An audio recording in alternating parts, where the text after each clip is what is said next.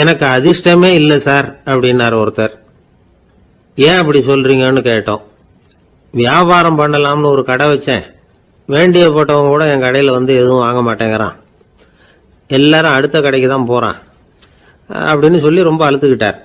இதுக்கு போய் அதிர்ஷ்டம் இல்லைன்னு சொல்லாதீங்க.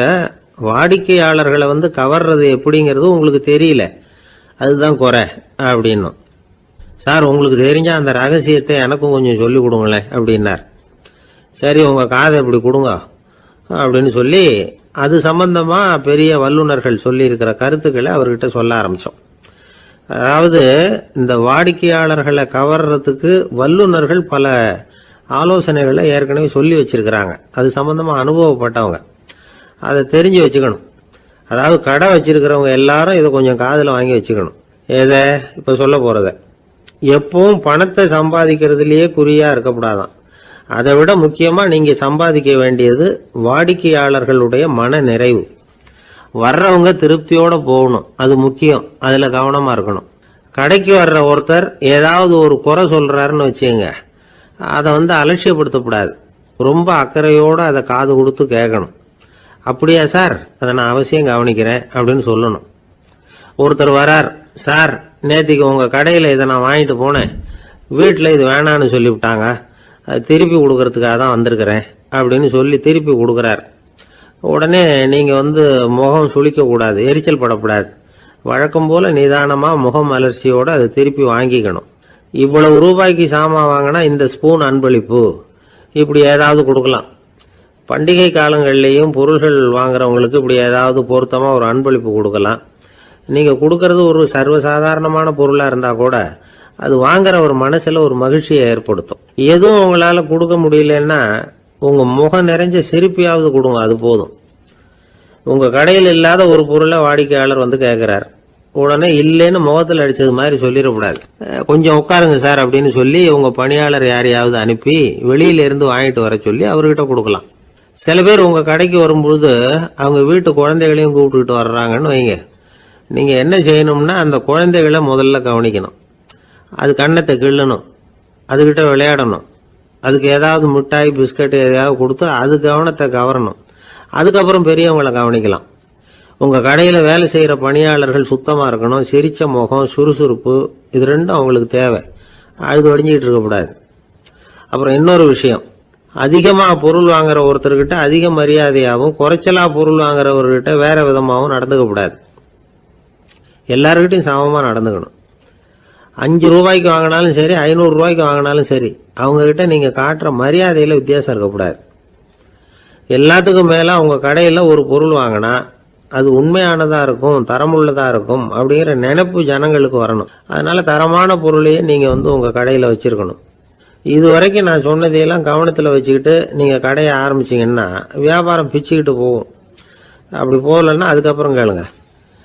ஏன்னா இந்த யோசனைகள்லாம் அனுபவப்பட்டவங்க சொல்லி இருக்கிற யோசனைகள். இந்த யோசனைகள்ல நீங்க எச்சரிக்கையா இருக்க வேண்டிய ஒரு விஷயம் உண்டு. அது என்னங்கிறதையும் தெரிஞ்சு வச்சுக்கிறது நல்லது. என்னுடைய நண்பர் ஒருத்தர் வந்தார். சார் உங்க யோசனையை கேட்டதுனால நான் ஒரு அறை வாங்கினது தான் மிச்சம்னார். என்ன ஆச்சுன்னு கேட்டேன். எங்க கடைக்கு ஒரு பெரிய அம்மா குழந்தைய தூக்கிட்டு வந்தாங்க சார். உங்க யோசனைப்படி அந்த குழந்தையோட கண்ணத்தை கிள்ளணும்னு முயற்சி பண்ணினேன். திடீர்னு அந்த நேரம் பார்த்து அந்த குழந்தை தலையை குனிஞ்சுக்கிட்டுது. என் கை வந்து குழந்தையோட கண்ணத்துக்கு பதிலா அது தூக்கிட்டு வந்தவங்க கண்ணத்தை கிள்ளி விட்டுது. அதுதான் அப்படி ஆயிட்டுது அப்படின்னார் கண்ணத்தை தடவிக்கிட்டே. ஒருத்தர் ஓடி வந்தார். இன்னொருத்தரை பார்த்து, சார் உங்க சைக்கிளை ஒரு நாள் இரவல் கொடுங்களேன், பக்கத்து ஊருக்கு போயிட்டு வர வேண்டியிருக்கு அப்படின்னார். இவர் சைக்கிளை கொடுத்து பத்திரமா கொண்டுட்டு போங்கன்னார். சார் இதை பத்திரமா கொண்டு போறேன், கவலையே வேணாம், ஏன்னா இது உங்களோட சைக்கிள் அப்படின்னு நான் நினைக்கல, என்னோட சைக்கிளா நினைக்கிறேன் அப்படின்னார். அதுக்கப்புறம் தான் இவருக்கு உண்மையாவே பயம் வந்துட்டுது. ஏன்னா அவர் சொன்னது மாதிரி அதை தன்னோட சைக்கிளாவே நினைச்சு தள்ளிட்டு போட்டா என்ன பண்றது? எது எதை நம்முடையதா நினைக்கணுங்கிறதுக்கு ஒரு வரையறை இருக்கு. சில பேர் ஆபீஸையே வீடா நினைச்சு விடுறது உண்டு. அப்படிப்பட்டவங்க கூட வீட்டை ஆபீஸா நினைக்கிறது இல்லை. ஏன்னா வீட்டில் இவர் ஆபீஸரா நடந்துக்க முடியறதில்லை. இதெல்லாம் ஒரு பக்கம் இருக்கட்டும். இப்போ விஷயத்துக்கு வருவோம். பொறியியல் மேதை டாக்டர் விஸ்வேஸ்வரய்யா இருந்தார் இல்லையா, பாரத ரத்னா விருதெல்லாம் கொடுத்தாங்களே. ஆபீஸ் வேலை வேற, சொந்த வேலை வேற அப்படிங்கிறதுக்கு ஒரு உதாரணமா இருந்தவர் அவர். மைசூர் மகாராஜா கிட்ட திவானா இருந்தார். அவர் ஒரு நாள் அரசாங்க வேலை காரணமா வெளியூர் போயிருந்தார். ஹாசன்கிற ஊருக்கு பக்கத்துல ஒரு பயண மாளிகை, அங்க தங்கிவிட்டார். ராத்திரி அங்க தங்கி இருந்துட்டு விடிஞ்சதும் ஊருக்கு திரும்புறதாக திட்டம். ராத்திரி தூங்குறதுக்கு ரொம்ப நேரம் ஆயிட்டுது. ரொம்ப நேரம் வரைக்கும் அரசாங்க சம்பந்தப்பட்ட வேலைகளையே பார்த்துக்கிட்டு இருக்கிறார். அரசாங்க ஃபைல்கள் நிறைய இருந்தது. அதையெல்லாம் ஒவ்வொன்றா எடுத்தார், படித்து பார்த்தார், பரிசீலனை பண்ணார். அதில் எழுத வேண்டியதை எழுதினார், கையெழுத்து போட்டார். ஒரு வழியாக அந்த வேலையெல்லாம் முடிஞ்சுது. அதுக்கப்புறம் என்ன பண்ணார்னா, தன்னுடைய சூட்கேஸை திறந்தார். அதிலிருந்து 2 மெழுகுவத்தியை எடுத்து கொளுத்தி வச்சார். அந்த பயண மாளிகையில் அது வரைக்கும் எரிஞ்சுக்கிட்டு இருந்த மின்சார விளக்குகளை அணைச்சுட்டார். அதுக்கு பிறகு அந்த மெழுகுவத்தி வெளிச்சத்தில் சில புத்தகங்களை தொடர்ந்து படிக்க ஆரம்பிச்சிட்டார். அந்த பயண மாளிகையில் பணியாளராக இருந்தவர் இதை பார்த்துட்டு ஓடி வந்தார். மறுபடியும் மின் விளக்கு போடுறதுக்காக போனார். விஸ்வேஸ்வரையா அதை பார்த்துட்டு போட வேணாம்ட்டாராம். இது வரைக்கும் நான் அரசாங்க அலுவல்களை கவனிச்சுக்கிட்டு இருந்தேன், அதனால மின் விளக்குகள் அப்போ எரிஞ்சதுல தப்பு இல்லை. இப்போ நான் புத்தகம் படிச்சுக்கிட்டு இருக்கேன், இது என்னுடைய சொந்த வேலை. இங்கே இருக்கிற மின் விளக்கு அதுக்காக ஏன் எரியணும் அப்படின்னு கேட்டாராம். இப்போ இருக்கிற சில அரசு பணியாளர்கள்கிட்ட இந்த சம்பவத்தை பேச்சோட பேச்சா சொல்லி பார்த்தேன். அவங்களால இதை ஜீரணிக்கவே முடியல. நேர்மை தேவைதான் சார், அதுக்காக அவ்வளவு தூரத்துக்கு அது தேவையா அப்படிங்கிறாங்க. விஸ்வேஸ்வரையா அப்படி பண்ணினது தான் ஒரு நேர்மையாளர் அப்படின்னு இந்த உலகத்துக்கு நிரூபிக்கணுங்கிறதுக்காக இல்லை. தான் அப்படி நடந்து காட்டினா தன்னை சுற்றி இருக்கிறவங்களும் அதை கேள்விப்படுறவங்களும் முடிஞ்ச அளவுக்கு பொது வாழ்க்கையில் அரசு பணியில் நேர்மையை கடைபிடிக்க முயற்சி பண்ணலாமே அப்படிங்கிறதுக்காகத்தான். இப்போவும் சில பேர் இருக்கிறாங்க, இவங்க ஆஃபீஸ் வேற வீடு வேறன்னு நினைக்கிறது இல்லை, அவ்வளோ உரிமை. ஒருத்தர் அப்படிதான், அவருக்கு அவசரமாக 5000 ரூபா தேவைப்பட்டது. ஆஃபீஸு பணத்தை எடுத்துக்கிட்டார். அந்த நேரம் பார்த்து ஆடிட் வந்துட்டுது. ஆப்பிட்டுக்கிட்டார். விசாரணை நடக்குது. அவர் சொல்றார், சார் நான் நேரம் காலம் பார்க்காம ஆஃபீஸில் வேலை செய்வேன், ஏன்னா அதை என்னோட ஆஃபீஸாக நினைக்கிறேன். அவசரத்துக்கு அந்த பணத்தை எடுத்தேன், மறுபடியும் வச்சுடலாம்னு தான் இருந்தேன், அதுக்குள்ளே இப்படி ஆயிட்டுது. நீங்கள் என்ன நினைச்சாலும் சரி, நான் ஆஃபீஸ் வேற வீடு வேற அப்படின்னு நினைக்கிறது இல்லை, அது என்னோட சுபாவம் அப்படின்னார். விசாரணை பண்ணவர் தீர்ப்பு வழங்கினார். உங்கள் சுபாவத்துக்கு மதிப்பு கொடுத்து நானும் தீர்ப்பு வழங்குறேன். நீங்கள் கொஞ்ச நாள் ஜெயிலில் இருந்துட்டு வாங்க, அது உங்களுக்கு கஷ்டமாக இருக்காதுன்னு நினைக்கிறேன். ஏன்னா அங்கே போனாலும் நீங்கள் உங்கள் சுபாவப்படி வீடு வேற ஜெயில் வேறன்னு நினைக்க மாட்டீங்க அப்படின்னாராம். ஒரு காடு, அங்கே புத்தர் அவர் பாட்டுக்கு நடந்து போய்கிட்டே இருக்கிறார். அவருக்கு பின்னாடி ஒரு குரங்கு, அதுவும் தொடர்ந்து வந்துக்கிட்டே இருக்குது. புத்தர் திரும்பி பார்த்தார். குரங்கு அப்படியே குதிச்சு உயர எழும்பி ஒரு கிளையில் போய் உக்காந்துது. ஏன் இப்படி பண்ணுறேன்னு கேட்டார் புத்தர். என்னை சாதாரணமாக நினைக்க வேணாம், நான் மகாமந்தி, என்னால் எல்லாம் முடியும், முடியாதுங்கிற வார்த்தையே என்னுடைய அகராதியில் கிடையாது, என்ன வேணும்னாலும் செய்வேன் அப்படின்னுது. அப்படின்னா ஒரு பந்தயம் வச்சுக்கலாமான்னாரு இவர். வச்சுக்கலாமேன்னுது. வேற ஒன்றும் இல்லை, இப்போ நீ மேலே எழும்பி அந்த கிளையில் உட்காந்தது மாதிரி அங்கேருந்து தாவி என் உள்ளங்கையில் உட்காரணும், அவ்வளவுதான் அப்படின்னார். அப்படி உட்காந்துட்டா என்ன பரிசு அப்படின்னு கேட்டது அது. சொர்க்கத்தில் இருக்கிற மாமன்னன் மரகத சக்கரவர்த்தியை என்னோட இருக்கும்படியாக கூப்பிட்டுக்கிறேன். அந்த சமயத்தில் அவருடைய அரியணை அங்கே காலியாயிடும், நீ அதில் போய் உட்காந்துக்கலாம். பந்தயத்தில் தோத்துட்டா ஒரு கல்ப காலம் இந்த பூமியில் வாழ வேண்டியிருக்கும், அதுக்கு பிறகுதான் என்கிட்ட வர முடியும், என்ன சொல்கிற அப்படின்னார். குரங்குக்கு தாவறது ஒரு பெரிய காரியமா? இது எனக்கு ரொம்ப சாதாரண விஷயம், என்ன இப்போவே தாவட்டுமா அப்படின்னுது. சரின்னு சொல்லி உள்ளங்கையை நீட்டினார். அவருடைய கை தாமரை இலை அளவுக்கு அப்படியே விரிஞ்சுது. குரங்கு சௌகரியமாக உட்கார்றதுக்காக. குரங்கு தாவறதுக்கு தயாராச்சு. அதுக்கு முன்னாடி ஒரு சின்ன யோசனை அதுக்கு. இந்த கிளையிலேருந்து அந்த கைக்கு தாவறது எனக்கு ரொம்ப அற்பமான ஒரு வேலை, இது ரொம்ப சாதாரணம், என்னுடைய கௌரவத்துக்கு இது சரியாக இருக்காது. அதனால் நான் என்ன பண்ண போகிறேன்னா, இங்கேருந்து கிளையிலேருந்து அப்படியே உயர எழும்ப போகிறேன். எழும்பி மேல் உலகம் போய் அங்கே ஒரு சுற்றி விட்டு அதுக்கப்புறம் அங்கேருந்து நேராக இந்த கையில் உட்கார போகிறேன் அப்படின்னு நினச்சிது. என்ன யோசிக்கிற அப்படின்னார் புத்தர். ஒன்றும் இல்லை, இந்த பாயிரம் பார் அப்படின்னு சொல்லி தாவி உயர போயிட்டுது. கொஞ்ச நேரத்தில் வான உலகத்துக்கே போய் சேர்ந்துட்டுது. அங்கே போய் பார்த்தா அங்கே ஒரு 5 பளிங்கு தூண்கள் இளம் சிவப்பு நிறத்தில் நின்றுக்கிட்டு இருக்குது. குரங்கு நினச்சிக்கிட்டுது, புத்தர்கிட்ட போய் இந்த பளிங்கு தூண்களை பார்த்தோம்னு சொன்னால் அப்படியே திகைச்சு போயிடுவார், இந்த தூணில் ஏதாவது அடையாளம் செஞ்சுட்டு போகணும் அப்படின்னு அந்த இடத்துல மிதந்துக்கிட்டே நினச்சிது. உடனே ஒரு தூணில் எழுதிச்சு. என்ன எழுதிச்சுன்னா, ஒரு மகா ஞானி இங்கே வந்துட்டு போகிறார் அப்படின்னு எழுதிச்சு. எழுதிவிட்டு அப்படியே கீழே தாவி வந்து புத்தரோட உள்ளங்கையில் உட்காந்துது. எப்படி பார்த்தீங்களா என்னுடைய வேலை?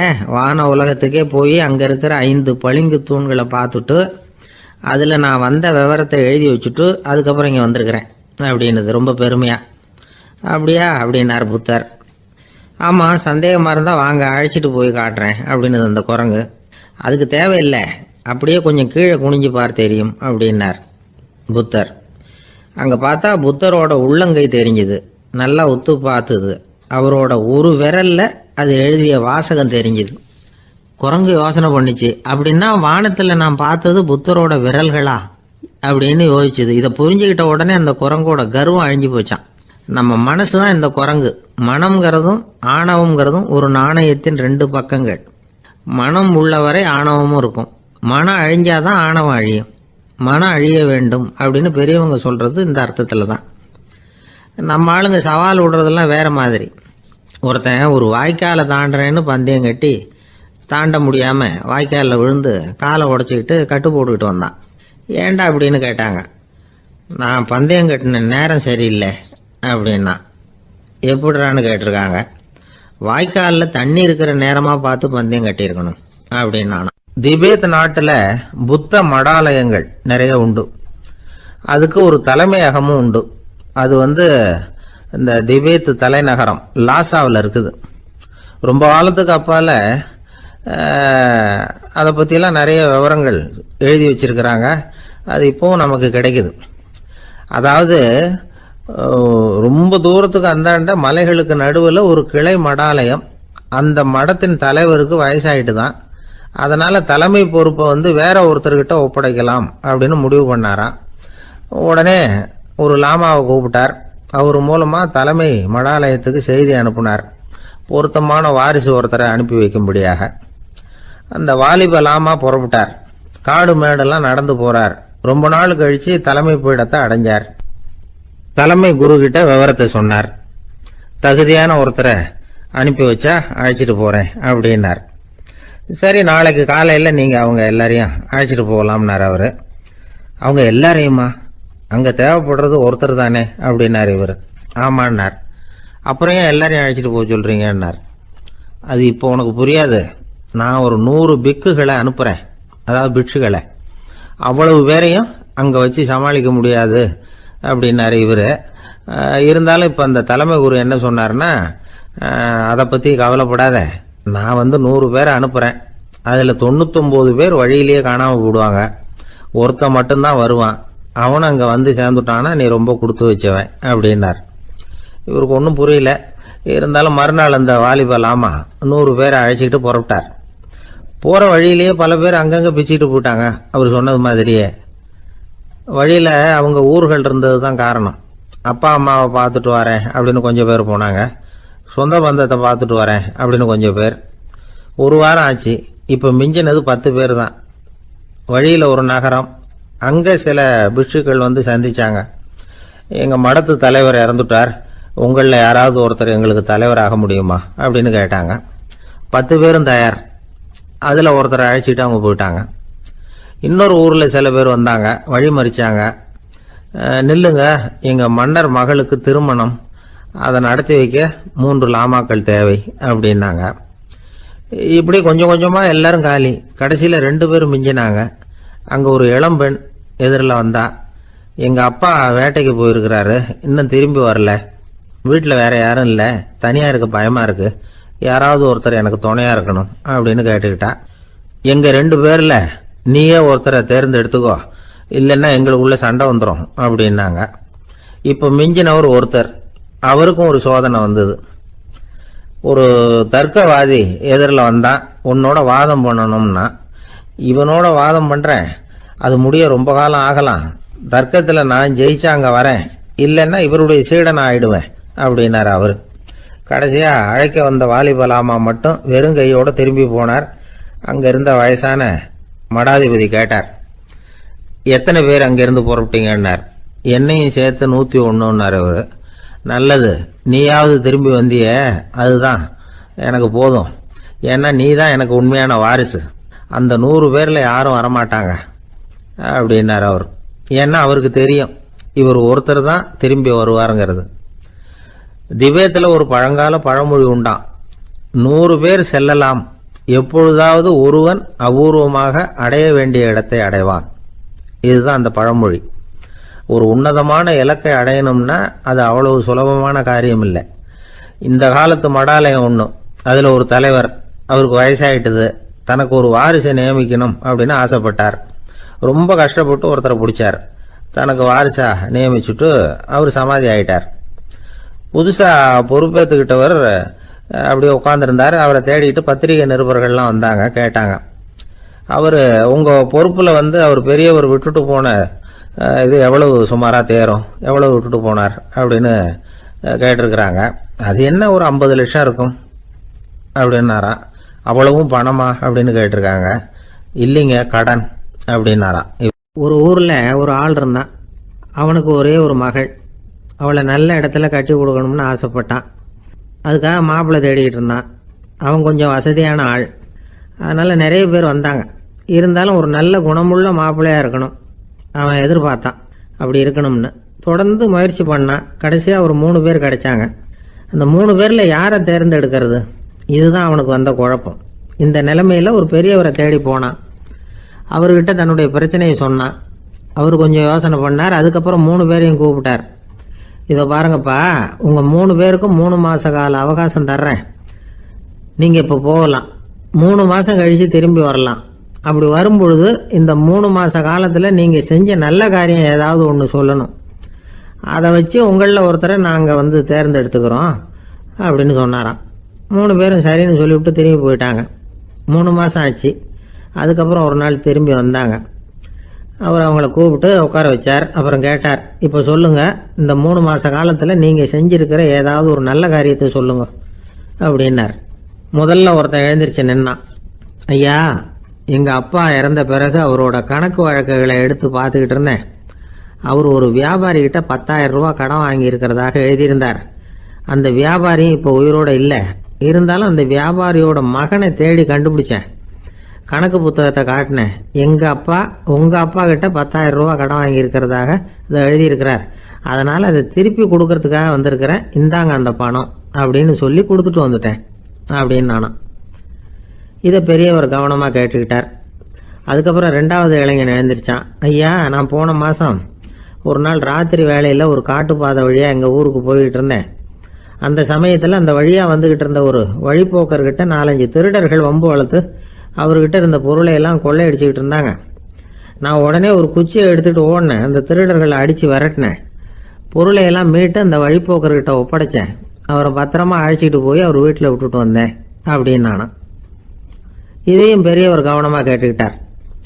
அடுத்தபடியாக 3வது இளைஞன் எழுந்திரிச்சான். ஐயா, போன மாதம் ஒரு நாள் நான் ஒரு மலைப்பாதை வழியாக போய்கிட்டு இருந்தேன்.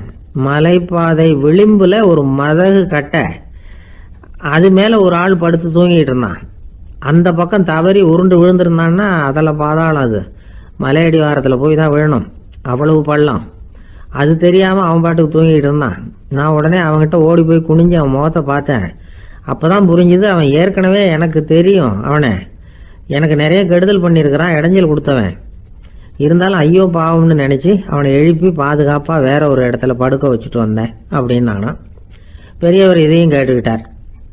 அதுக்கப்புறம் அவங்க 3 பேரையும் பார்த்து, நீங்கள் போகலாம், நாங்கள் யோசித்து முடிவு பண்ணி உங்களுக்கு சொல்லி அனுப்புகிறோம் அப்படின்னாராம். அந்த இளைஞர்கள் புறப்பட்டு போயிட்டாங்க. அதுக்கப்புறம் அந்த பெண்ணோட அப்பாவை பார்த்து சொன்னார், இந்த 3 பேருமே நல்ல பிள்ளைங்க தான், அதில் ஒன்றும் சந்தேகம் இல்லை. இருந்தாலும் இந்த 3 பேர் செஞ்ச செயல்களையும் ஒப்பிட்டு பார்க்க வேண்டியிருக்கு. முதல் இளைஞன் நேர்மைக்கு எடுத்துக்காட்டாக விளங்குறான். இந்த காலத்தில் இது மாதிரி இளைஞர்களை பார்க்கறது ரொம்ப கஷ்டம்தான். இருந்தாலும் அவன் கடமையை தான் செஞ்சான். 2வது இளைஞன் நல்ல வீரன், தைரியசாலி. ஒரு வீரன் எதை செய்யணுமோ அதைத்தான் இவன் செஞ்சான். இவன் ஒரு லட்சிய மனிதன். 3வது இளைஞன் தன்னுடைய பகைவனுக்கே உதவி செஞ்சிருக்கான். அவன் உயிரை காப்பாற்றி இருக்கிறான். பகைவனுக்கு அருள்வதுங்கிறது ஒரு சாதாரண மனுஷனால் செய்யக்கூடிய காரியம் இல்லை. பகையை மறக்கிறதும் பகைவனுக்கு அருள்வதும் தெய்வீக பண்புகள். அதனால் இவனையே உன்னுடைய மகளுக்கு ஏற்ற மாப்பிள்ளையா தேர்ந்தெடுக்கலாம் அப்படின்னு சொன்னாங்களாம். ஒரு நல்ல நாளில் அவங்களுக்கு திருமணம் நல்ல விதமாக நடந்து முடிஞ்சுதான். இது சுவாமி சின்மயானந்தர் சொல்லியிருக்கிற ஒரு கதை. இதிலிருந்து நாம் புரிந்து கொள்ள வேண்டிய ஒரு கருத்து, நமக்கு கெடுதல் பண்ணவங்களுக்கும் நாம் நல்லது செய்யணும். ஆனால் நடைமுறையில் அப்படி நம்மளால் செய்ய முடியறதில்ல. அதுதான் சிக்கல். நம்மால் ஒருத்தங்கிட்ட கேட்டேன், ஏண்டா உன்னுடைய பகைவன் ஒருத்தன் அது மாதிரி ஒரு மலைப்பாத மதகு கட்டையில் படுத்திருந்தா உடனே நீ என்ன நினைப்ப அப்படின்னு கேட்டோம். இது ஒரு அருமையான சந்தர்ப்பம்னு நினைப்பேன் அப்படின்னா. எதுக்குன்னு கேட்டோம். அவனை அந்த பக்கமாக உருட்டி கீழே தள்ளுறதுக்கு அப்படின்னா. ஒரு ஊரில் ஒரு ஞானி இருக்கிறார், ரொம்ப பெரிய ஞானி, ரொம்ப வயசாயிட்டுது. கடைசி காலத்தில் அவர்கிட்ட சில பேர் வந்தாங்க. உங்கள் குரு யார் அப்படின்னு கேட்டாங்க. அவர் நிமிர்ந்து பார்த்தார். எனக்கு ஆயிரக்கணக்கான குருமார்கள் உண்டு, அவங்க பேரெல்லாம் சொல்லணும்னா இந்த காலம் பத்தாது. ஆனால் முக்கியமான ஒரு 3 பேரை பற்றி மட்டும் உங்களுக்கு சொல்கிறேன் அப்படின்னாராம். அப்புறம் சொன்னார், அந்த 3 பேரில் ஒருத்தன் ஒரு திருடன். ஒரு சமயம் ஒரு பாலைவனம் வழியாக நான் போய்கிட்டு இருந்தேன். அப்போது வழி தவறி போய் ஒரு கிராமத்துக்கு போயிட்டேன். அது இருட்டு நேரம், நடு ராத்திரி, ஊரே உறங்கி போச்சு. அந்த நேரத்தில் ஒரு ஆள் மட்டும் ஒரு வீட்டு சுவத்தில் ஏதோ பண்ணி உள்ளே நுழையிறதுக்கு முயற்சி பண்ணிகிட்டு இருக்கிறான். அவங்கிட்ட போய் நான் இன்னைக்கு இங்கே எங்கே தங்க முடியும் அப்படின்னு கேட்டேன். அதுக்கு அவன், இந்த ராத்திரி வேளையில் அது ரொம்ப சிரமம், ஒரு திருடனோட உங்களால் தங்க முடியும்னா நீங்கள் என்னோட தங்கலாம் அப்படின்னா. நான் அவங்க கூட 1 மாதம் தங்கியிருந்தேன். ஒவ்வொரு நாள் ராத்திரியும் இப்போ நான் என்னுடைய வேலைக்கு போகிறேன், நீங்கள் ஓய்வு எடுத்துக்கோங்க அப்படின்னு சொல்லிவிட்டு போவான். அவன் திரும்பி வந்த உடனே உனக்கு ஏதாவது கிடைச்சிதான்னு நான் கேட்பேன். அதுக்கு அவன், இன்னைக்கு ராத்திரி ஒன்றும் இல்லை, நாளைக்கு மறுபடியும் முயற்சி பண்ணுவேன் அப்படின்பா. எப்பவும் அவன் நம்பிக்கை இழந்ததே கிடையாது, எப்பவும் சந்தோஷமாகவே இருப்பான். நானும் ரொம்ப காலமாக தியானம் பண்ணிக்கிட்டே இருந்தேன், ஒன்றுமே நடக்கலை. ஆனால் நான் என்ன பண்ணேன் தெரியுமா, மனசு வருத்தப்படும், நம்பிக்கை இழந்துருவேன். அப்போல்லாம் அந்த திருடனுடைய விடாமுயற்சி தான் ஞாபகத்துக்கு வரும். அதனால் அந்த திருடன் எனக்கு ஒரு குரு. என்னுடைய 2வது குரு யாருன்னா அது ஒரு நாய். இது எப்படின்னா, ஒரு சமயம் எனக்கு ரொம்ப தாகமாக இருந்தது. ஒரு நதியை நோக்கி போய்கிட்டு இருந்தேன். அப்போ ஒரு நாயும் வந்தது. அதுக்கும் தாகம். ஓடி வந்து ஆற்றை பார்த்தது. அதோட நிழல் ஆற்றுல தெரிஞ்சது. அதை பார்த்ததும் பயந்துட்டுது. அது அதாவது அது தன்னுடைய சொந்த உருவத்தையே கண்டு பயந்தது. அதை பார்த்து குறைக்குது, திரும்பி ஓடிச்சு. ஆனால் அதுக்கு தாகம் அதிகமாக இருந்ததுனால அது மறுபடியும் திரும்பி வந்தது. பார்த்தா மறுபடியும் தண்ணியில் நாயோட உருவம் தெரியுது. இப்படி சில தடவை பண்ணிச்சு. இருந்தாலும் கடைசியில் தண்ணியில் குதிச்சுட்டுது துணிஞ்சி. இப்படி குதித்த உடனே அதோட உருவமும் மறைஞ்சுட்டுது. இதை பார்த்தேன். நான் என்ன புரிஞ்சுக்கிட்டேன்னா, எவ்வளவுதான் பயம் இருந்தால் கூட ஒருத்தன் தைரியமாக காரியத்தில் இறங்கணும் அப்படிங்கிறத புரிஞ்சுக்கிட்டேன். இந்த போதனை அந்த நாய்கிட்ட இருந்து எனக்கு கிடைச்சிது. இது ஒன்று. அடுத்தது, என்னுடைய 3வது குரு யாருன்னா அது ஒரு சின்ன குழந்தை. நான் ஒரு சமயம் ஒரு நகரத்துக்கு போனேன். அங்கே ஒரு குழந்தை எரிகிற மெழுகுவத்தி ஒன்று எடுத்துக்கிட்டு வந்தது. நான் அந்த குழந்தைய பார்த்து வேடிக்கையாக கேட்டேன், ஏன் பாப்பா இந்த மெழுகுவத்தியை நீயாவே கொளுத்துனியா அப்படின்னு கேட்டேன். ஆமான்னுது அந்த குழந்தை. சரி, இந்த மெழுகுவத்தி முன்னாடி எரியாமல் இருந்தது, இப்போ எரியுது. இந்த மெழுகுவத்திக்கு வெளிச்சம் எங்கேருந்து வந்தது, அதை எனக்கு காட்ட முடியுமா அப்படின்னு கேட்டேன் அந்த குழந்தைகிட்ட. இதுக்கு அந்த குழந்தை சிரிச்சுக்கிட்டு அந்த மெழுகுவத்தியை ஊதி அணைச்சுட்டுது. அதுக்கப்புறம் என்னை பார்த்து கேட்டுது, இப்போ இந்த மெழுகுவத்தியின் வெளிச்சம் போனதை பார்த்தீங்க இல்லையா, அது எங்கே போச்சுன்னு எனக்கு சொல்லுங்க அப்படின்னுது. அந்த குழந்தை இப்படி கேட்டதும் என்கிட்ட இருந்த ஆணவம் அழிஞ்சுட்டுது. நான் படித்ததெல்லாம் அந்த வினாடியில் சுக்கு நூறாக போயிட்டுது. என்னுடைய முட்டாள்தனத்தை நான் உணர்ந்தேன் அப்படின்னு இவ்வளவும் அந்த ஞானி விவரமாக சொன்னாராம். அதனால் நாம் இன்னார்கிட்ட இருந்து தான் இதை கற்றுக்கணுங்கிறது இல்லை, யாருக்கிட்ட இருந்தும் எதையும் கற்றுக்கலாம். நம்மால் ஒருத்தன் ஒரு நாய் வளர்த்துக்கிட்டு இருந்தான். அந்த நாய்க்கு வால் கிடையாது, யாரோ ஏற்கனவே வெட்டி எடுத்துட்டாங்க. இந்த நாய் தான் சார் எனக்கு குரு, அதுகிட்டே இருந்து கூட நான் பாடம் கற்றுக்கிட்டு இருக்கிறேன் அப்படின்னா. அப்படி என்ன கற்றுக்கிட்டேன் அந்த வால் இல்லாத நாய்கிட்டே இருந்து அப்படின்னு கேட்டோம். நாம் யாருக்கிட்டையும் வாலாட்டக்கூடாது அப்படிங்கிற பாடத்தை அதுகிட்டே இருந்து தான் நான் கற்றுக்கிட்டேன் அப்படின்னா. ஒரு அம்மா, அவங்களுக்கு 35 வயசு இருக்கும். குடும்பத்தில் எந்த கஷ்டமும் இல்லை. இருந்தாலும் காரணம் இல்லாமல் பிள்ளைங்க பேரில் கோவப்படுறது, எரிஞ்சு விடுறது அவங்க வழக்கம். பிள்ளைங்க அழும், உடனே அவங்க மனசும் சங்கடப்படும். இன்னொரு அம்மா, நல்ல வேலையில் இருக்கிறவங்க, வாரத்துக்கு ஒரு தடவையாவது தலைவலி வந்துடும். இவங்களுக்கெல்லாம் உடம்புல எந்த கோளாறும் இல்லை, மனசு மட்டும் சரியா இருக்காது. தூக்க மாத்திரை கையில் வச்சிருப்பாங்க. 30-35 வயசுடைய பெண்களுக்கு சர்வசாதாரணமாக காணப்படுகிற மனக்கோளாறு இது. இதுக்கு பேர் மனவாட்டம், டிப்ரெஷன், மனமடிவு அப்படின்னு சொல்லலாம். இந்த நோய்க்கு அறிகுறி என்ன தெரியுமா? மனசுல வருத்தமான உணர்வு இருக்கும், அடிக்கடி அழலாம் போல தோணும். முன்னால எல்லாம் எந்தெந்த செயல்ல ஆர்வம் இருந்ததோ அதெல்லாம் குறைஞ்சிரும், அல்லது சுத்தமாகவே ஆர்வம் இல்லாமல் போயிடும். சில பெண்கள் இளம் வயசுல பக்கத்தில் இருக்கிறவங்க கிட்ட கலகலப்பாக பேசுவாங்க, வீட்டை அலங்கரிக்கிறதுல ஆர்வம் இருக்கும். இப்போ அதுல எல்லாம் ஆர்வம் இல்லாமல் போயிடும். எந்த வேலை செஞ்சாலும் சீக்கிரம் களைப்பு அடைஞ்சுடுறது மாதிரி ஆகிடும். நமக்கு யாருமே உதவியா இல்லை, நம்ம எல்லாரும் கை விட்டுட்டாங்க போல இருக்குதே அப்படிங்கிற உணர்வுலாம் உண்டாகும். தன்னைத்தானே குறை சொல்லிக்குவாங்க, நாம் தப்பு பண்ணிவிட்டோம் போல இருக்குதே அப்படின்னு தோணும். குற்றம் பண்ணிட்டதா நினச்சி கஷ்டப்படுவாங்க. பசி இருக்காது, தூக்கத்தில் தொந்தரவு இருக்கும், அடிக்கடி செத்து போடலாங்கிற உணர்வு வரும், தற்கொலை பண்ணிக்கலாங்கிற எண்ணம் உண்டாகும். சில பேர் தற்கொலை முயற்சியில் கூட ஈடுபடுவாங்க.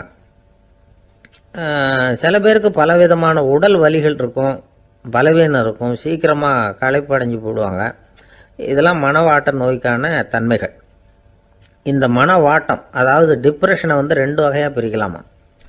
ஒன்று தானாக உண்டாக்கிக்கிறது, இன்னொன்று எதிர் விளைவை உண்டு பண்ணுகிற அல்லது நரம்பு சம்பந்தப்பட்ட டிப்ரெஷன்.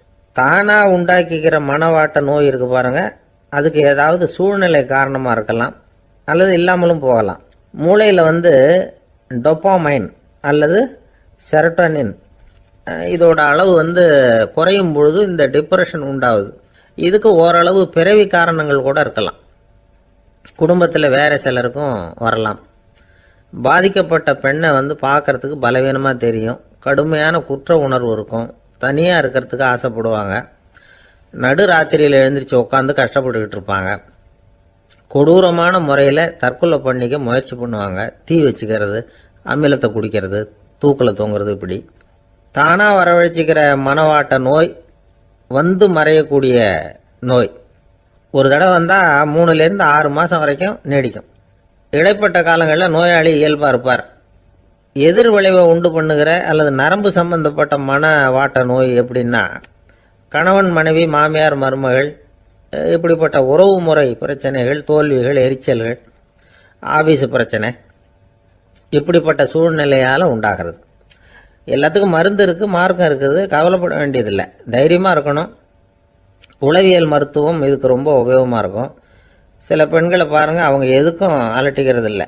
ஒரு அம்மா அப்படிதான் தன்னுடைய கணவனை அழைச்சிக்கிட்டு ஒரு மனநோய் மருத்துவர்கிட்ட வந்தாங்க. டாக்டர், எங்கள் வீட்டுக்காரர் திடீர்னு ஒரு மாதிரி ஆயிட்டார், வித்தியாசமாக நடந்துகிறார். எப்படின்னா, இவர் தன்னையே ஒரு ஒட்டடை பூச்சியாக நினச்சிக்கிட்டு இருக்கிறார். அப்படி நினச்சிக்கிட்டு தன்னுடைய தலையாலேயே வீட்டில் உள்ள ஒட்டடையெல்லாம் தொடச்சிக்கிட்டு இருக்கிறார் அப்படின்னாங்க. எவ்வளவு நாளாக அப்படி இருக்குதுன்னு கேட்டார் டாக்டர். 1 வாரம் அப்படி இருக்குது அப்படின்னாங்க அந்த அம்மா. அப்படின்னா முன்னாடியே ஏன் அழைச்சிட்டு வரல அப்படின்னு கேட்டார் டாக்டர். வீடு பூரா சுத்தமாகட்டுமேனு பார்த்துக்கிட்டு இருந்தேன் டாக்டர் அப்படின்னாங்களாம் அந்த அம்மா. ஒரு நண்பர் யாருக்கோ ஃபோன் பண்ணிட்டு இருந்தார். அவர் பேசி முடிச்சதும் நான் அவரை பார்த்து, இப்போ ஃபோன் பண்ணீங்களே, அந்த ஃபோன் நம்பர் என்ன அப்படின்னு கேட்டேன். அவர் தலையை சொரிஞ்சுக்கிட்டார், ஞாபகம் வரலன்னார். சரி சார், அதை விடுங்க, உங்க மனைவி பேர் என்ன அப்படின்னு கேட்டேன். மாலதின்னார். என்ன சார் இது வேடிக்கை, கொஞ்ச நேரத்துக்கு முன்னாடி பேசின ஃபோன் நம்பர் மறந்து போச்சு, எப்போவோ கல்யாணம் பண்ணிட்ட மனைவி பேர் மறக்கல, அதை கரெக்டா சொல்லிவிட்டீங்களே அப்படின்னு கேட்டேன். அவர் என்ன ஒரு மாதிரியா பார்த்தார். அவரு அப்படி என்ன பார்த்ததுல ஒன்றும் தப்பு இல்லை, ஏன்னா நாம எல்லாருமே அப்படித்தானே, ஒரு குறிப்பிட்ட காரியத்துக்காக தொலைபேசியில ஒருத்தட்ட பேசுறோம், அதுக்கப்புறம் அந்த எண் நமக்கு அனாவசியம், அதனால மறந்துடுறோம். இதுக்கு பேர் தான் தற்காலிக ஞாபகம். ஆனா மனைவி பேரை மறந்துட முடியுமா? முடியாது. அது அவசியமான ஒண்ணு. அடிக்கடி அந்த பேரை உபயோகப்படுத்துறோம், அதனாலேயும் அது முக்கியங்கிறதுனாலேயும் அதை மறக்கிறது இல்லை. இதுக்கு பேரு நிரந்தர ஞாபகம். சரி, இந்த தற்காலிக ஞாபகம், நிரந்தர ஞாபகம், இது 2 ஞாபக அளவுகளையும் கட்டுப்படுத்துறது எது அப்படின்னா, மூளைக்குள்ள நடக்கிற மின்சார நடவடிக்கைகள் தான். தற்காலிக ஞாபகம் ஒரு மின்னல் மாதிரி தோன்றி மறையுது. நிரந்தர ஞாபகம் ஒரு படிவம் போல மூளையில படிஞ்சுடுது.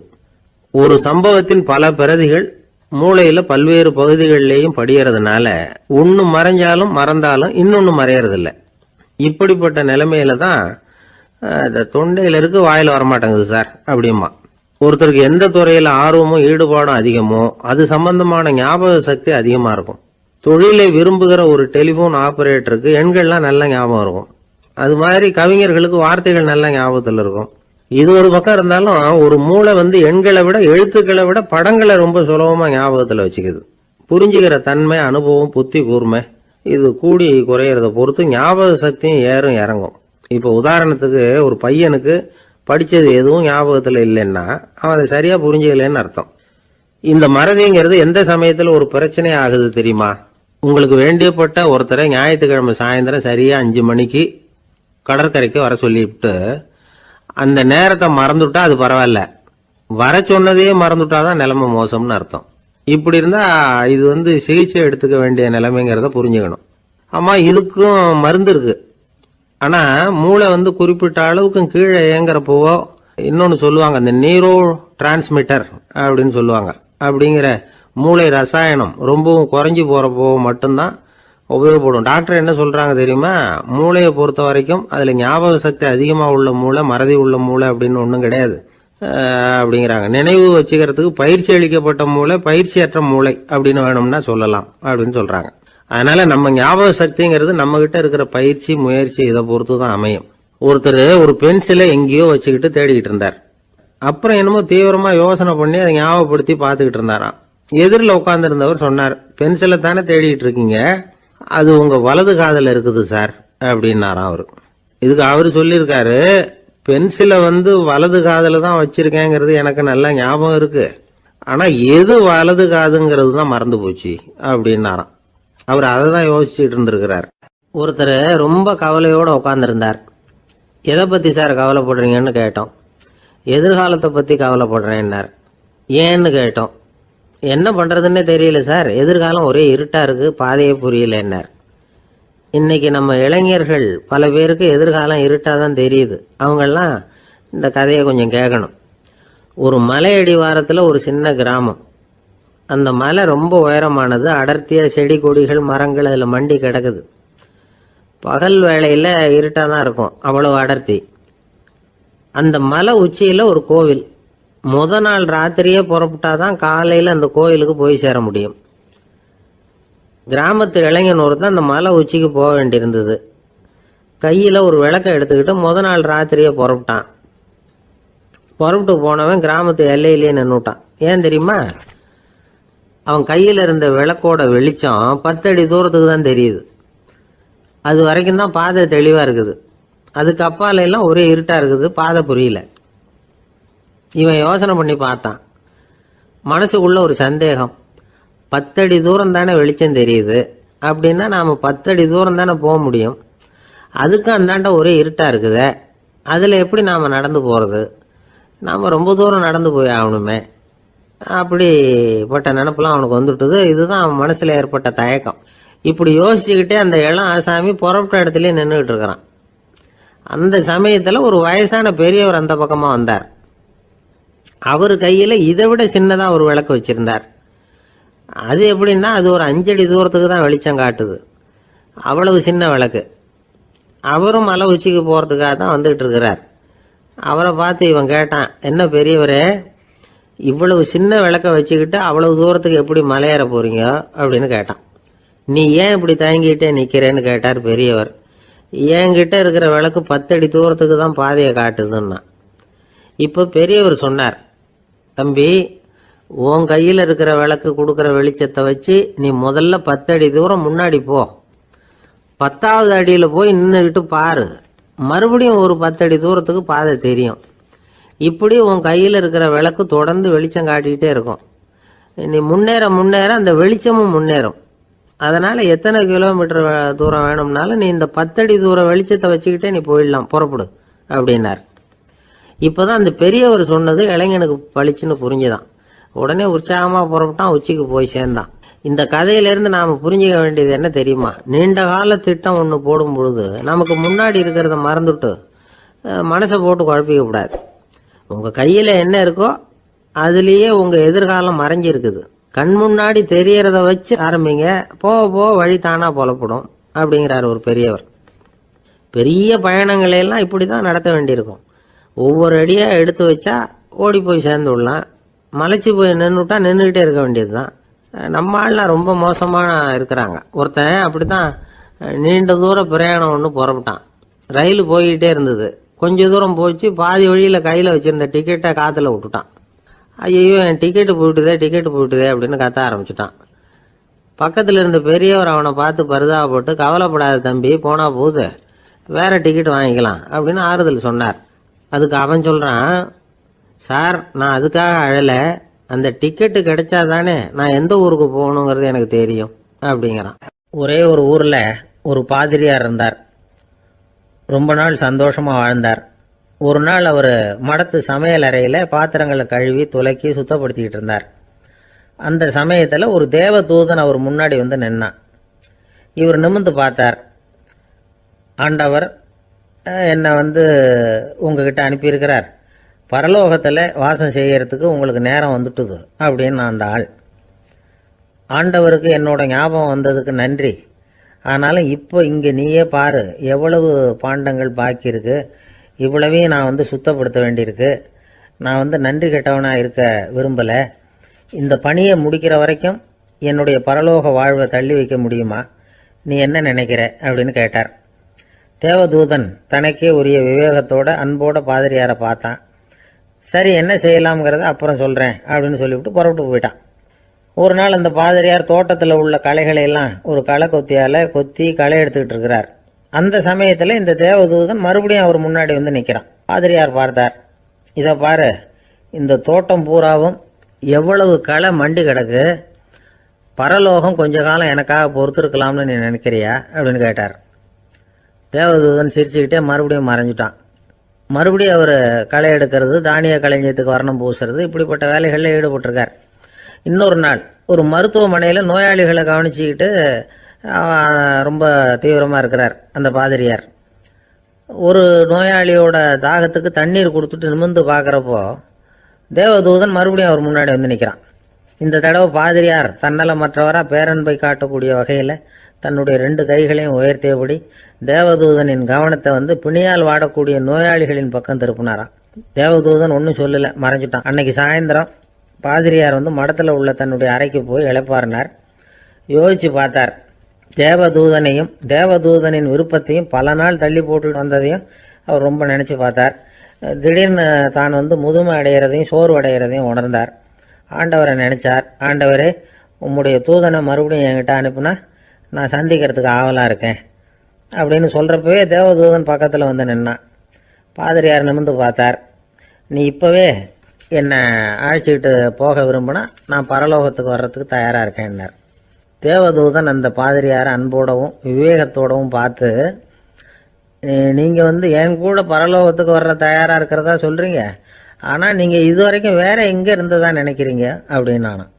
அப்படின்னா இதுவரைக்கும் இருந்த இடம் தான் பரலோகம் அப்படிங்கிறத உணர்த்தி இருக்கிறான். பரலோகம்னா என்னன்னு புரிஞ்சுக்கிறதுக்கு இந்த சம்பவம் நமக்கு உதவியாக இருக்குது. தொண்டு செய்யறதை விட பெரிய செயல் வேற எதுவும் இருக்க முடியாது.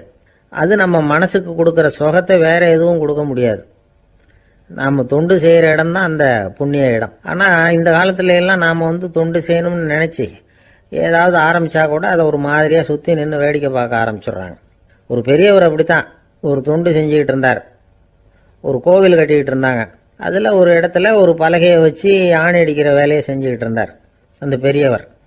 ஒரு சின்ன பையன் அதை ரொம்ப ஊக்கமாக அக்கறையாக கவனிச்சுக்கிட்டு இருந்தான். பெரியவர் இதை கவனிச்சார். என்னப்பா பார்க்குற, உனக்கும் இது மாதிரி தொண்டு செய்யணும்னு ஆசையாக இருக்கா அப்படின்னு கேட்டார். அதுக்கு அந்த பையன் சொல்கிறான், அப்படி இல்லைங்க, நீங்கள் ஆணி அடிக்கிறப்போ கையில் சுத்தியால் அடிச்சுக்கிட்டா எப்படி துடிப்பீங்க, எப்படி கத்துவீங்கன்னு தெரிஞ்சுக்கிறதுக்காக அதை பார்க்கணும்னு ஆசை, அதுக்காக தான் காத்துக்கிட்டு இருக்கேன் அப்படின்னு நானும். சில பேர் ஆளை பார்த்தா 60 வயசு மாதிரி தோணும். உண்மையான வயசு என்னன்னு பார்த்தா 40 அல்லது 45 சில பேரை பார்க்கறதுக்கு 45 மாதிரி தெரியும், உண்மையிலேயே 65 தாண்டி இருப்பாங்க. ஒரு மனிதனுக்கு 2 வகையான வயது உண்டுங்கிறார் ஓஷோ. அதாவது உடம்புக்குன்னு ஒரு வயசு, மனசுக்குன்னு ஒரு வயசு. முதல் உலக மகாயுத்தம் நடந்தது இல்லையா, அது முடிஞ்சதுக்கு அப்புறம் முதல் தடவையா மனிதனின் மூளை வளர்ச்சியை பத்தி மனநல வைத்தியர்கள் ஒரு கணக்கெடுப்பு சோதனை நடத்தினாங்களாம். அது வரைக்கும் மனிதனுக்கு 2 வகையான வயது உண்டுன்னு யாரும் சிந்திச்சதே இல்லையா. அந்த உலக மகா யுத்தம் முடிஞ்சதுக்கு அப்புறம் மனிதனுடைய சராசரி மனதின் வயதை கணக்கிட்டு பார்க்கும் பொழுது அவங்களுக்குலாம் ரொம்ப அதிர்ச்சியாக இருந்துதான். ஏன்னா அது ரொம்ப பின்தங்கிய நிலையில் இருந்திருக்கு, வளர்ச்சி அடையாத நிலையில் இருந்திருக்கு. அவங்க கண்டுபிடிச்ச பிரகாரம் அப்போ மனசோட சராசரி வயசு என்ன தெரியுமா? 14. அப்படின்னா பார்த்துங்க, உடல் ரீதியாக ஒருத்தரோட வயசு 70 கூட இருக்கலாம், ஆனால் மனசோட வயசு 14 தான். இதுக்கு நேர்மாறாக அமைஞ்சு போச்சுன்னு வச்சுங்க. அதாவது ஒருத்தருக்கு உண்மையிலேயே 14 வயசு, அதாவது உடலோட வயசு 14, அவரோட மனசின் வயசு 70ன்னு வச்சுக்கோங்க. இப்படி அமைஞ்சுட்டுதுன்னா அவர் சீக்கிரம் ஞானத்தன்மை அடைஞ்சிருவார் அப்படின்னு அர்த்தம். இப்போ நமக்கெல்லாம் உடம்போட வயசு மனசோட வயசு ரெண்டும் ஒன்றா இருந்துட்டா அதுவே போதும், அதுவே பெரிய விஷயம். இப்போ எமர்சன் கிட்ட போய் ஒருத்தர் கேட்டாரா உங்கள் வயசு என்ன அப்படின்னு. அவர் உடனே பதில் சொல்லியிருக்கார் 360 வருஷம் அப்படின்னாராம். கேட்டவர் குழம்பி போயிட்டார். அவர் என்ன சொல்கிறாரு, 360 வயசா? என்ன நம்ம காதில் தான் சரியாக விழலையா? எமர்சன் எப்பவும் உண்மையை பேசுகிற ஒரு சிறந்த அறிவாளி, அவர் இப்படிலாம் பொய் சொல்ல மாட்டாரே அப்படின்னு ஒரு யோசனை பண்ணிக்கிட்டே இவர் மறுபடியும் அவர் கிட்ட போனாராம். ஐயா, நீங்கள் சொன்னது சரியாக என் காதில் விழலை, அதனால் மறுபடியும் கேட்குறேன் உங்கள் வயசு என்ன அப்படின்னாராம். எமர்சன் மறுபடியும் சொல்லியிருக்கிறார் 360 வருஷம்னு. வந்தவருக்கு உண்மையிலேயே அதிர்ச்சியாக போட்டுது. அதுக்கப்புறம் மெதுவாக ஆரம்பிச்சாராம். ஐயா, நீங்கள் சொல்கிறத என்னால் ஏற்றுக்க முடியாது. எப்படி பார்த்தாலும் இப்போ உங்களுக்கு வயசு ஒரு 60க்கு மேலே இருக்காதுன்னு நினைக்கிறேன் அப்படின்னாராம். நீங்கள் சொல்கிறது சரிதான், அது என் உடம்போட வயசுன்னாராம் எமர்சன். அப்படின்னா ஏற்கனவே நீங்கள் சொன்னது அப்படின்னு கேட்டிருக்காரு, அது என் மனசோட வயசு அப்படின்னாராம். நம்மளை பொறுத்த வரைக்கும் அறிவு தூசு படிஞ்சிருக்கு, அது மாதிரியே அன்பும் மாசுபட்டிருக்கு. இது ரெண்டையும் சுத்தம் பண்ண வேண்டியிருக்குது. அப்போ தான் நாம் சரியான வயசில் வாழ முடியும். ஒரு ஆசாமி இருக்கிறார், அவருக்கு உடம்போட வயசு அதிகம், மனசோட வயசு ரொம்ப குறைச்சல், குழந்தை மாதிரி. அவர் ஒரு ஆஸ்பத்திரியில் படுத்திருக்கிறார். நர்சம்மா எல்லாருக்கும் மருந்து கொடுத்துட்டு போகிறாங்க. கொஞ்ச நேரம் கழித்து திரும்பி வந்தாங்க. அப்போ இவர் அந்த அம்மாவை கூப்பிட்டு சொல்கிறார், இதை பாருங்க சிஸ்டர், நீங்கள் எல்லாருக்கும் சின்ன சின்ன மாத்திரையாக கொடுத்துட்டு எனக்கு மட்டும் நீளமான மாத்திரையாக கொடுத்துட்டீங்க. முழுங்கிறதுக்கு ரொம்ப கஷ்டமாக போச்சு. இனிமேல் எனக்கும் சின்ன மாத்திரையாக கொடுங்க சிஸ்டர் அப்படின்னாராம். அந்த அம்மா உடனே அதிர்ச்சியாகி தலையில் அடிச்சுக்கிட்டாங்களாம். நான் கஷ்டப்பட்டு மாத்திரையை முழுங்கினத்துக்கு நீங்கள் ஏமா தலையில் தட்டிக்கிறீங்க அப்படின்னு கேட்டிருக்காரு இவர். இதுக்கு அவங்க சொல்லியிருக்கிறாங்க, நான் உங்களுக்கு கொடுத்துட்டு போனது மாத்திரை இல்லைங்க, அது தெர்மாமீட்டர் அப்படின்னாங்களாம். ஒரு காலத்தில் பிரஷ்யா அப்படின்னு ஒரு தேசம் இருந்தது. இப்போ ஜெர்மனி இருக்குல்ல, இதோட பெரும்பகுதி ஒரு காலத்தில் பிரஷ்யாங்கிற பேரில் இருந்தது. அப்போ அதுக்கு அரசராக இருந்தவர் மகா ஃப்ரெடரிக், அதாவது ஃப்ரெடரிக் தி கிரேட் அப்படின்னு சொல்லுவாங்க. அந்த ராஜாவுக்கு ஒரு சந்தேகம், நாம் பல வகையான வரிகளை விதித்து வசூல் பண்ணுறோம், அப்படி பண்ணி வருமானம் குறைஞ்சிக்கிட்டே போகுதே, இதுக்கு என்ன காரணமாக இருக்கும்? இதுதான் அவருக்கு ஏற்பட்ட சந்தேகம். ஒரு சமயம் அந்த அரசர் தம்முடைய அமைச்சர்களையும் பிரபுக்களையும் தளபதிகளையும் கூப்பிட்டு ஒரு விருந்து வச்சார். விருந்து முடிஞ்சதும் அவங்கள பார்த்து இந்த சந்தேகத்தை கேட்டார். வரிகள் அதிகமாக விதித்து வருமானம் குறையறதுக்கு என்ன காரணம் அப்படின்னு கேட்டார். பல பேருக்கு இதுக்கு சரியாக பதில் சொல்ல தெரியல. அனுபவசாலியான ஒரு தளபதி எழுந்திரிச்சார். அரசே, அது எப்படிங்கிறத இப்போ உங்களுக்கு காட்டுறேன்னார். உடனே ஒரு பெரிய பனிக்கட்டி ஒன்றை தன்னுடைய கையில் எடுத்தார். அதை அப்படியும் எப்படியும் திருப்பி பார்த்தார். அப்புறம் அடுத்தவர்கிட்ட கொடுத்தார். அவர் அதை அப்படியும் இப்படியும் திருப்பி பார்த்துட்டு அடுத்தபடியாக இருந்தவர்கிட்ட கொடுத்தார். இப்படியே இதை ஒவ்வொருத்தராக பார்த்துட்டு ஒவ்வொரு கையாக மாறி கடைசியில் மன்னர் கைக்கு போய் சேர்ந்தது. மன்னர் கைக்கு அந்த பனிக்கட்டி போய் சேர்ந்தப்போ அது கொஞ்சம் கொஞ்சமாக உருகி ஒரு பட்டாணி கடலை சைஸுக்கு ஆகிட்டுது. மன்னர் யோசனை பண்ணார், வரி அதிகமாக போட்டாலும் சேர்றது குறைவாக இருக்கிறதுக்கு என்ன காரணம் அப்படிங்கிறது அவருக்கு புரிஞ்சு போச்சு. காலம்தான் மாறிட்டு இருக்கே தவிர இந்த கையூட்டு வாங்குகிற பழக்கம் மாறினதாக தெரியல. இன்னொரு ராஜா இருந்தார். அவர் தன்னுடைய ராஜாங்கத்தில் லஞ்ச ஊழலே சுத்தமாக இருக்கக்கூடாது அப்படின்னு நினச்சார். அவர்கிட்ட பல்வேறு துறைகளுக்கும் பொறுப்பாக இருந்த பல பேரும் ரொம்ப சுத்தமாகவும் நேர்மையாகவும் இருந்தாங்க. ஒரே ஒருத்தர் மட்டும் எல்லார்கிட்டையும் லஞ்சம் வாங்கிட்டே இருந்தார். அவரை வேறு வேறு துறைகளுக்கு மாற்றி பார்த்தாரு. அந்த ராஜா என்னென்னமோ பண்ணி பார்க்குறாரு. எந்த வேலையை கொடுத்தாலும் அதுலேயும் லஞ்சம் வாங்கிறதுக்கு ஒரு வழியை உண்டு பண்ணிக்குவார் அந்த ஆள். ராஜாவுக்கு இது ஒரு பெரிய தலைவலியாக போட்டுது. இவர் என்ன பண்ணுறது, இவருக்கு என்ன வேலையை கொடுக்கறது, கொஞ்சம் கூட லஞ்சம் வாங்கிறதுக்கு சான்ஸே இல்லாத ஒரு வேலையை கொடுக்கணும் அப்படின்னு திட்டம் போட்டார். ஒரு நாள் அவருக்கு அந்த உத்தரவும் போட்டுட்டார். அதாவது அவருக்கு என்ன வேலைன்னா கடற்கரையில் தான் அவருக்கு ஆஃபீஸ். அங்கேயே இருந்துக்க வேண்டியது. தினமும் எத்தனை கடல் அலை கரையில் வந்து மோதுது அப்படிங்கிறத கணக்கெடுத்து ராஜாவுக்கு தெரிவிக்க வேண்டியது. இதுதான் அவருக்கு வேலை.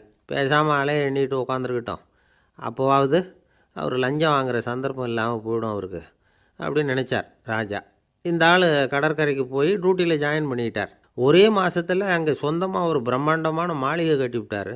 ராஜாவுக்கு இது பெரிய ஆச்சரியமாக போச்சு. அலையை என்ற வேலையில் அந்த ஆள் எப்படி பணம் சம்பாதிச்சார் அப்படின்னு விசாரித்து பார்த்தார் அக்கம் பக்கத்தில்.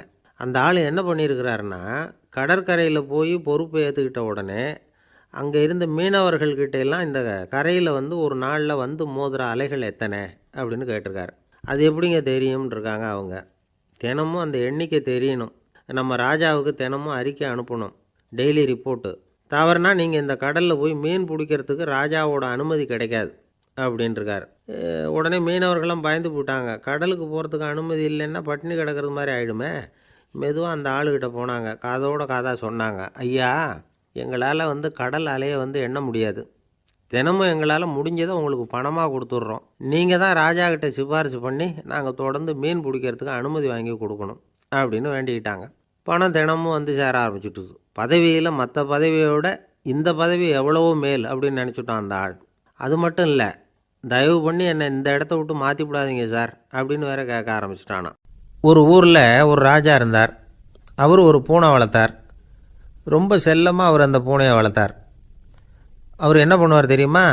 இரவு நேரத்தில் அந்த பூனையோட தலையில் ஒரு விளக்கை வச்சுருவார்.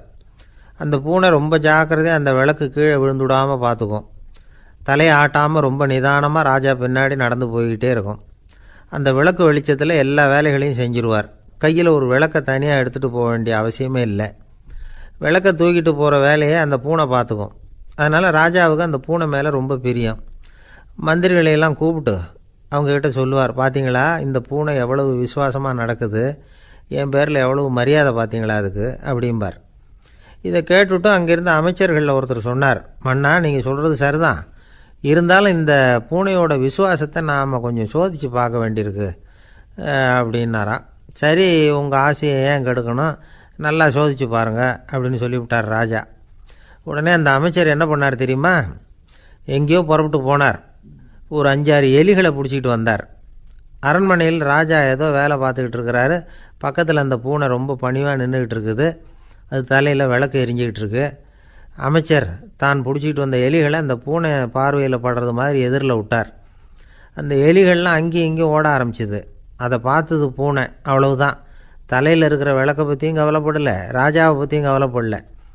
ஒரே பாய்ச்சலாக பாஞ்சு எலிகளை துரத்த ஆரம்பிச்சுட்டுது. தலையில் இருந்த விளக்கு எங்கேயோ போய் விழுந்தது, அணைஞ்சு போச்சு.